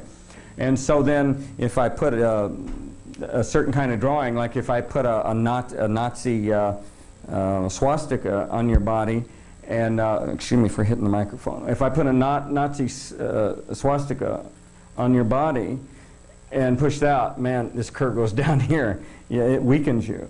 If I put a Sri Yantra on your body, it goes way up. I mean, it's amazing. And so I did all these experiments for years on geometric power diagrams, and I ended up inventing a device called a sensor. And some of you probably have one. I mean, some of these people, one person here probably has a sensor. Do you have a sensor? Yeah. Do you have it with you? No, okay. To have one and have it with you, that's the story. Anyway, I should have worn mine today. But basically, I called it a flat pyramid, and it has a Sri Yantra on it and some other little things. But when you wear it, it strengthens your body measurably. You can measure its effects with acupuncture measuring equipment, with the ballistic kinesiometer and other things. But yes, the answer to that is Sri Yantra is a profound thing. And not only that, in India, one of the things they say is that if you stare at the Sri Yantra and just meditate on it, you don't have to have any thought. Just meditate. Just focus on the center. There's a little dot in the center called the bindu, or the center of creation. And when you stare at the center of the Sri Yantra and just stare at it, they say that if you stare at the Sri Yantra long enough, you will know all the secrets of the universe. And when I first really got into the Sri Yantra, I had a friend who was, I lived in LA, and I'd done a lot of movies and done a lot of interviews and was real popular for pyramid power. And I had a friend who was in the movie business, and he said that, and I can't remember the person's name, but he said that there was a very famous movie producer in Hollywood that had this giant mansion in Bel Air, and he had a whole wall which was a Sri Yantra. He had someone put a Sri Yantra on the wall. He had one of those director chairs that you could you know, move up and down, and he'd go in there every day and position himself in the center of that Sri Yantra and meditate on it. And that was what he did. And he said that apparently he went to a large expense to build a Sri Yantra room to meditate on, because he felt like it had like a really good effect on him. And so it's interesting, and I believe that this is true of many, many symbols. I mean, sacred math and sacred geometry is one of my passions. I mean, my whole life has been spent, that's another side of my life, you know, is passion of geometric, you know, like dodecahedrons and icosahedrons and interlinking of these things and building, you know, geometric power structures, two-dimensional, three-dimensional, the effects of buildings. When I wrote Pyramid Power, the whole thing, it's very interesting. I used to show you how profound things are. This room has length, width, and height, okay? And as I speak, my voice is bouncing off of each of the walls, right? And so at a subconscious subliminal level, this room is producing a 3-note sound chord. In other words, when my voice reflects this way, it's reflecting at it's amplifying certain frequencies of my voice, you know, F1, okay? And then when it's reflecting off the side, it's giving another frequency, F2, and up and down it's giving an F3. And basically what this means is that I've got a 3-note chord, right? A 3-note musical chord is being formed by this room from my voice. And also, if I were just sitting in this room in silence, just the ambient noise, just the air molecules are generating this 3-note chord. Now, in the movie industry, interesting enough, they're aware of this but didn't know how to really define it. But in the movie industry, they record silence on the set. And what they do is they take the silence, and if they have to go in and mic, you know, in a studio, get you know, lines from actors in the studio, they take the silence and dub it in Otherwise, their conversation sounds artificial, because an audience can hear if an actor's talking in one room and suddenly they do it in a studio, and you'll hear it. You'll hear the difference. It'll sound tinny or corny or something. And so for years, they record silence on the set in order to dub silence into the dialogue. Pardon? Room tone. Okay, room tone. There you go, room tone. Thank you. See, I never knew that. Room tone. Thank you. Okay. Now, so the thing is, when we walk into a room, we might walk in and say, I don't like it in here. It doesn't feel good. And walk out. And the reason why is that room may be creating a 3-note discord. You know, like say if you hit 3 musical notes that are wrong for each other, going, you know, and it makes you like send shivers up your spine. It's like, you know, like scratching your fingers on a blackboard. Certain sounds can upset us, even if we hear them subliminally. So you can walk into a silent room, and no room is ever really silent, but we're hearing the room tone. Basically, okay, here's what I did, is there's a device called a white noise generator, okay, and what it does is it generates psh, sound like a waterfall. And what I did in one of my seminars is I had a pyramid, a cube, and I had different shaped boxes on the table, and a little loudspeaker that generated white noise. And what I do, and it's most profound, I'd love to demonstrate this again, but what happened is that if I put the pyramid over the box, you'd hear it go, take the pyramid off and it goes, you hear the room again, right? And then I put the cubicle box on, it goes, you know, and each one was different. You can actually hear the sounds of each shape. And then what I did is I took the ballistic kinesiometer and tested people's strength, and I would put the pyramid on and their strength would go up. I'd put the cube on, their strength would go down, and I put another room on it would go up. And so I could control their strength depending on the geometric ratios of the rooms themselves.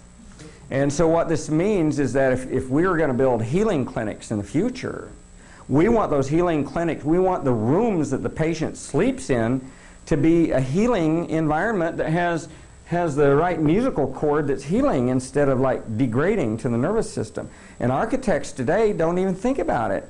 Well, we got this much lumber and we got that many, 4x8 sheets, so I guess we could make a room this big by this, by this big, and they don't even think about what it's doing to the energy of the body. They don't even know what it does to the energy of the body. Only a few architects throughout history have known. Le Corbusier from France, Frank Lloyd Wright was very aware of the shape of rooms and what they did to people. What about Vedic architecture? Is that all? Yeah, Vedic architecture. Oh, this is a cool good thing. When I went to Egypt, I took a white noise generator and a sophisticated tape recorder, and I went in every room in every temple in Egypt that I could, and I recorded white noise in that room. I went back and ran it through what's called a fast Fourier transform analyzer. And basically, I was able to get the 3-note chords. I could actually tell you the dimensions of every room just from my recording in the room. In other words, I could give you the physical dimensions of every room accurately. But what I found out is that the dimensions of rooms in temples throughout Egypt and Greece were all based on sacred math. In other words, the rooms were either the width would be 1 and the length would be the square root of 2, and the height would be like some other ratio, or another. And basically, if you make musical notes to these ratios, like musical notes are based on the length of a string, and if you so you play one note that has a string length here, and the other note has another string length, and the third note has another string length, and this creates a chord that's pleasing to the ear. Well, it turns out that if you build a room with those 3 dimensions, or these 3 ratios, it will be pleasing to the person who is in the room at a subconscious level and at a conscious, or subconscious, doesn't matter, but they'll feel good in that room. But if you take, let's say you take a musical note, a musical chord, 3-note chord, that is grating to your nerves. If you take a synthesizer and you play 3 notes that really sounds bad, and you build a box or a room that shape, no one will like that room. They'll hate it. And not only that, if they sleep in that room day after day, they'll get sick.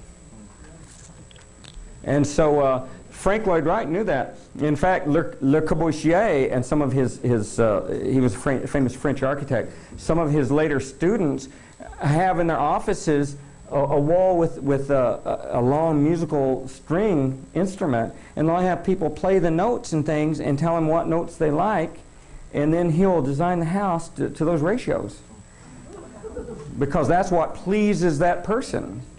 And they're always, you know, to show you the difference, the phi ratio, the golden section, and during the Renaissance, the greatest painters in the Renaissance and the ones who are most famous, their paintings were based on the golden section, 1 to 1.618, you know, the golden ratio. And it's interesting that years ago a psychologist took, I can't remember how many, it may have been 100 squares. What he did is he made up 100 squares. You know, you'd start with an actual square, and then he'd make another rectangle, you know, this long, and another rectangle this long, and another rectangle this size, and so forth. And what he'd do is he would have people look at all the rectangles and tell him which one pleased them the most. And 90-something% of the people chose this rectangle right here, the golden ratio, as being the one that pleased them the most. And he also found out that ratios that pleased people a lot were rooms with 1 to the square root of 2, 1 to the square root of 3, and 4, which is just like the King's Chamber is a square root of 4 room. That's 2 squares together. The square root of 5, and so forth. These are the mathematical ratios, and phi, which is the golden section. These are the mathematical ratios which please people the most. These are the ones they chose. These are the ratios that should be used in architecture. So you don't necessarily have to build a pyramid or a geodesic dome or whatever. You just have to build rooms. You can build rectangular rooms just like this in architecture, but make sure they're based on mathematical ratios that are pleasing to the system. And basically, that's how you do it. Yes? I suggest that we just take 1 or 2 questions and maybe... Okay, yeah, we're almost done, so let's take a couple of quick questions. Okay. Yeah, could you say something about how to do that mantra you demonstrated earlier? Oh, God, yeah. Okay, yeah. Okay, first is Hari Om Namo. Okay, Hari Om. Okay. Hari. You start deep, deep, deep. See, you Hari. And when you go Ri, you can feel the vibration change your body. Hari Om. Now it's up here in the facial structure and in the sinuses. Om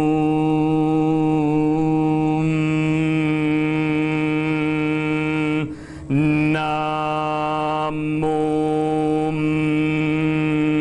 Shivaya.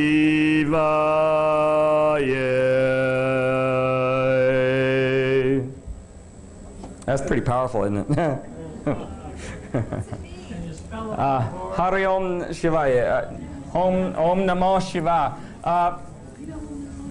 It's Om Namo Shivaya. Hari Om Namo Shivaya. It's Hari, H-A, Hari, Om, Na, Mom, Shiva, Shivaya. Shivaya. Hari Om Namom Shivaya. And the way I would do it is I would lie down on my back before I would do gymnastics, by the way, before my competition. That's the only way I was able to get through some of the competitions, but I would lie down on my back and relax, and then I would do it. Hari Om Namo Shivaya,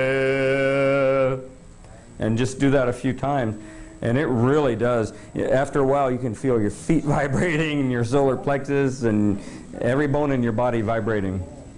What does it mean? I can't remember. I'm sure somebody here does. Does anybody know what this means?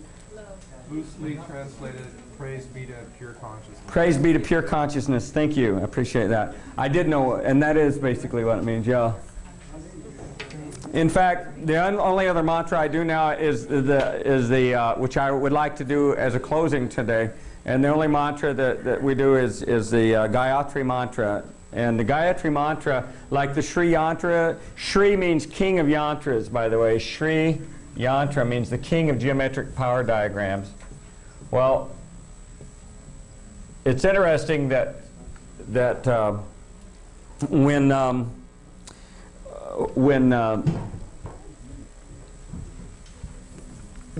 when you put sand on a vibrating plate and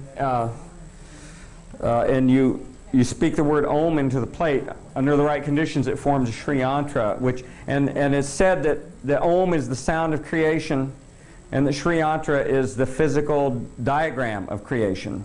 And when you pronounce Om with that little vibrating plate, what's his name from Sweden?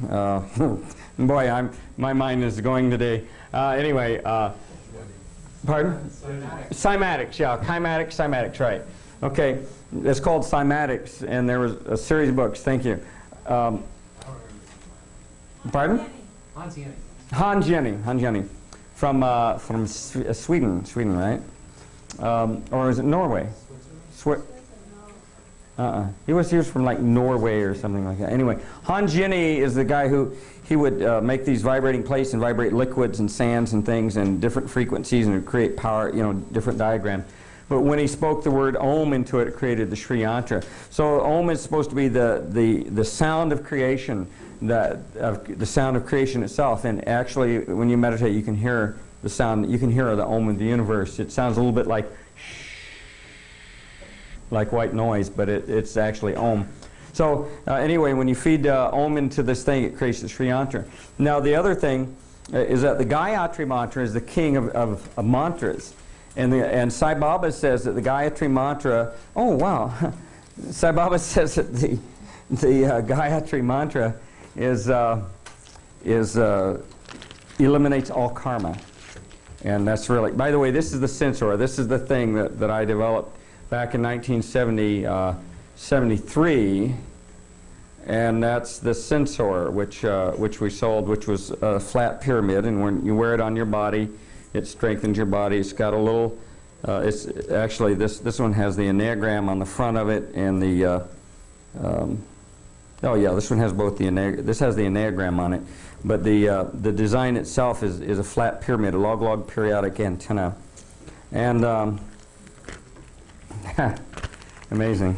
I asked for I knew somebody in here would probably have one. These were sold back in the 70s. It's pretty amazing, isn't it? I have a couple of questions if you get around to it. Okay. Well, Nira, I don't want to take your sensor. I'll take your questions and look at them. You take your sensor back. Thank you.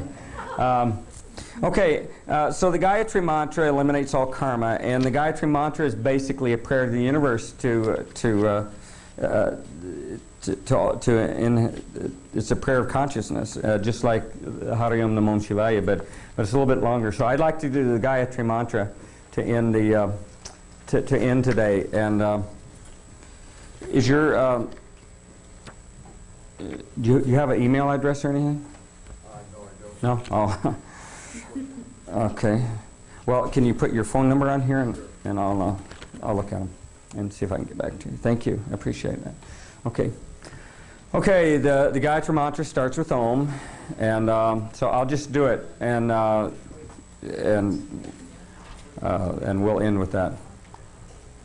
Om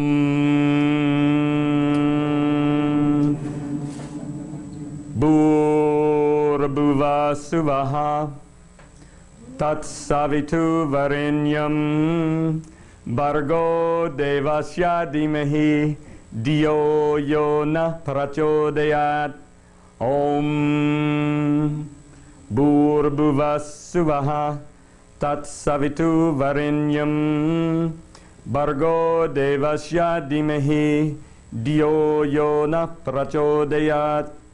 Om Bhurabhuva Suvaha Tat Savitu Varenyam Bhargo Devasya Dhimahi Diyo Yona Prachodayat. Om Shanti Shanti Shanti. All right. By the way, I just wanted to say that the first time I ever did that mantra continuously for an hour, I was driving between Arizona and California to do a TV show for NBC, and I did that continuously for an hour, and at the end of that, a great big giant comet lit up, not meteorite, lit up the sky violet. I mean, it was the most beautiful sight. It was like the universe was saying, thank you. So anyway, thank you all for coming. I really appreciate you coming here and sharing with me. Thank you.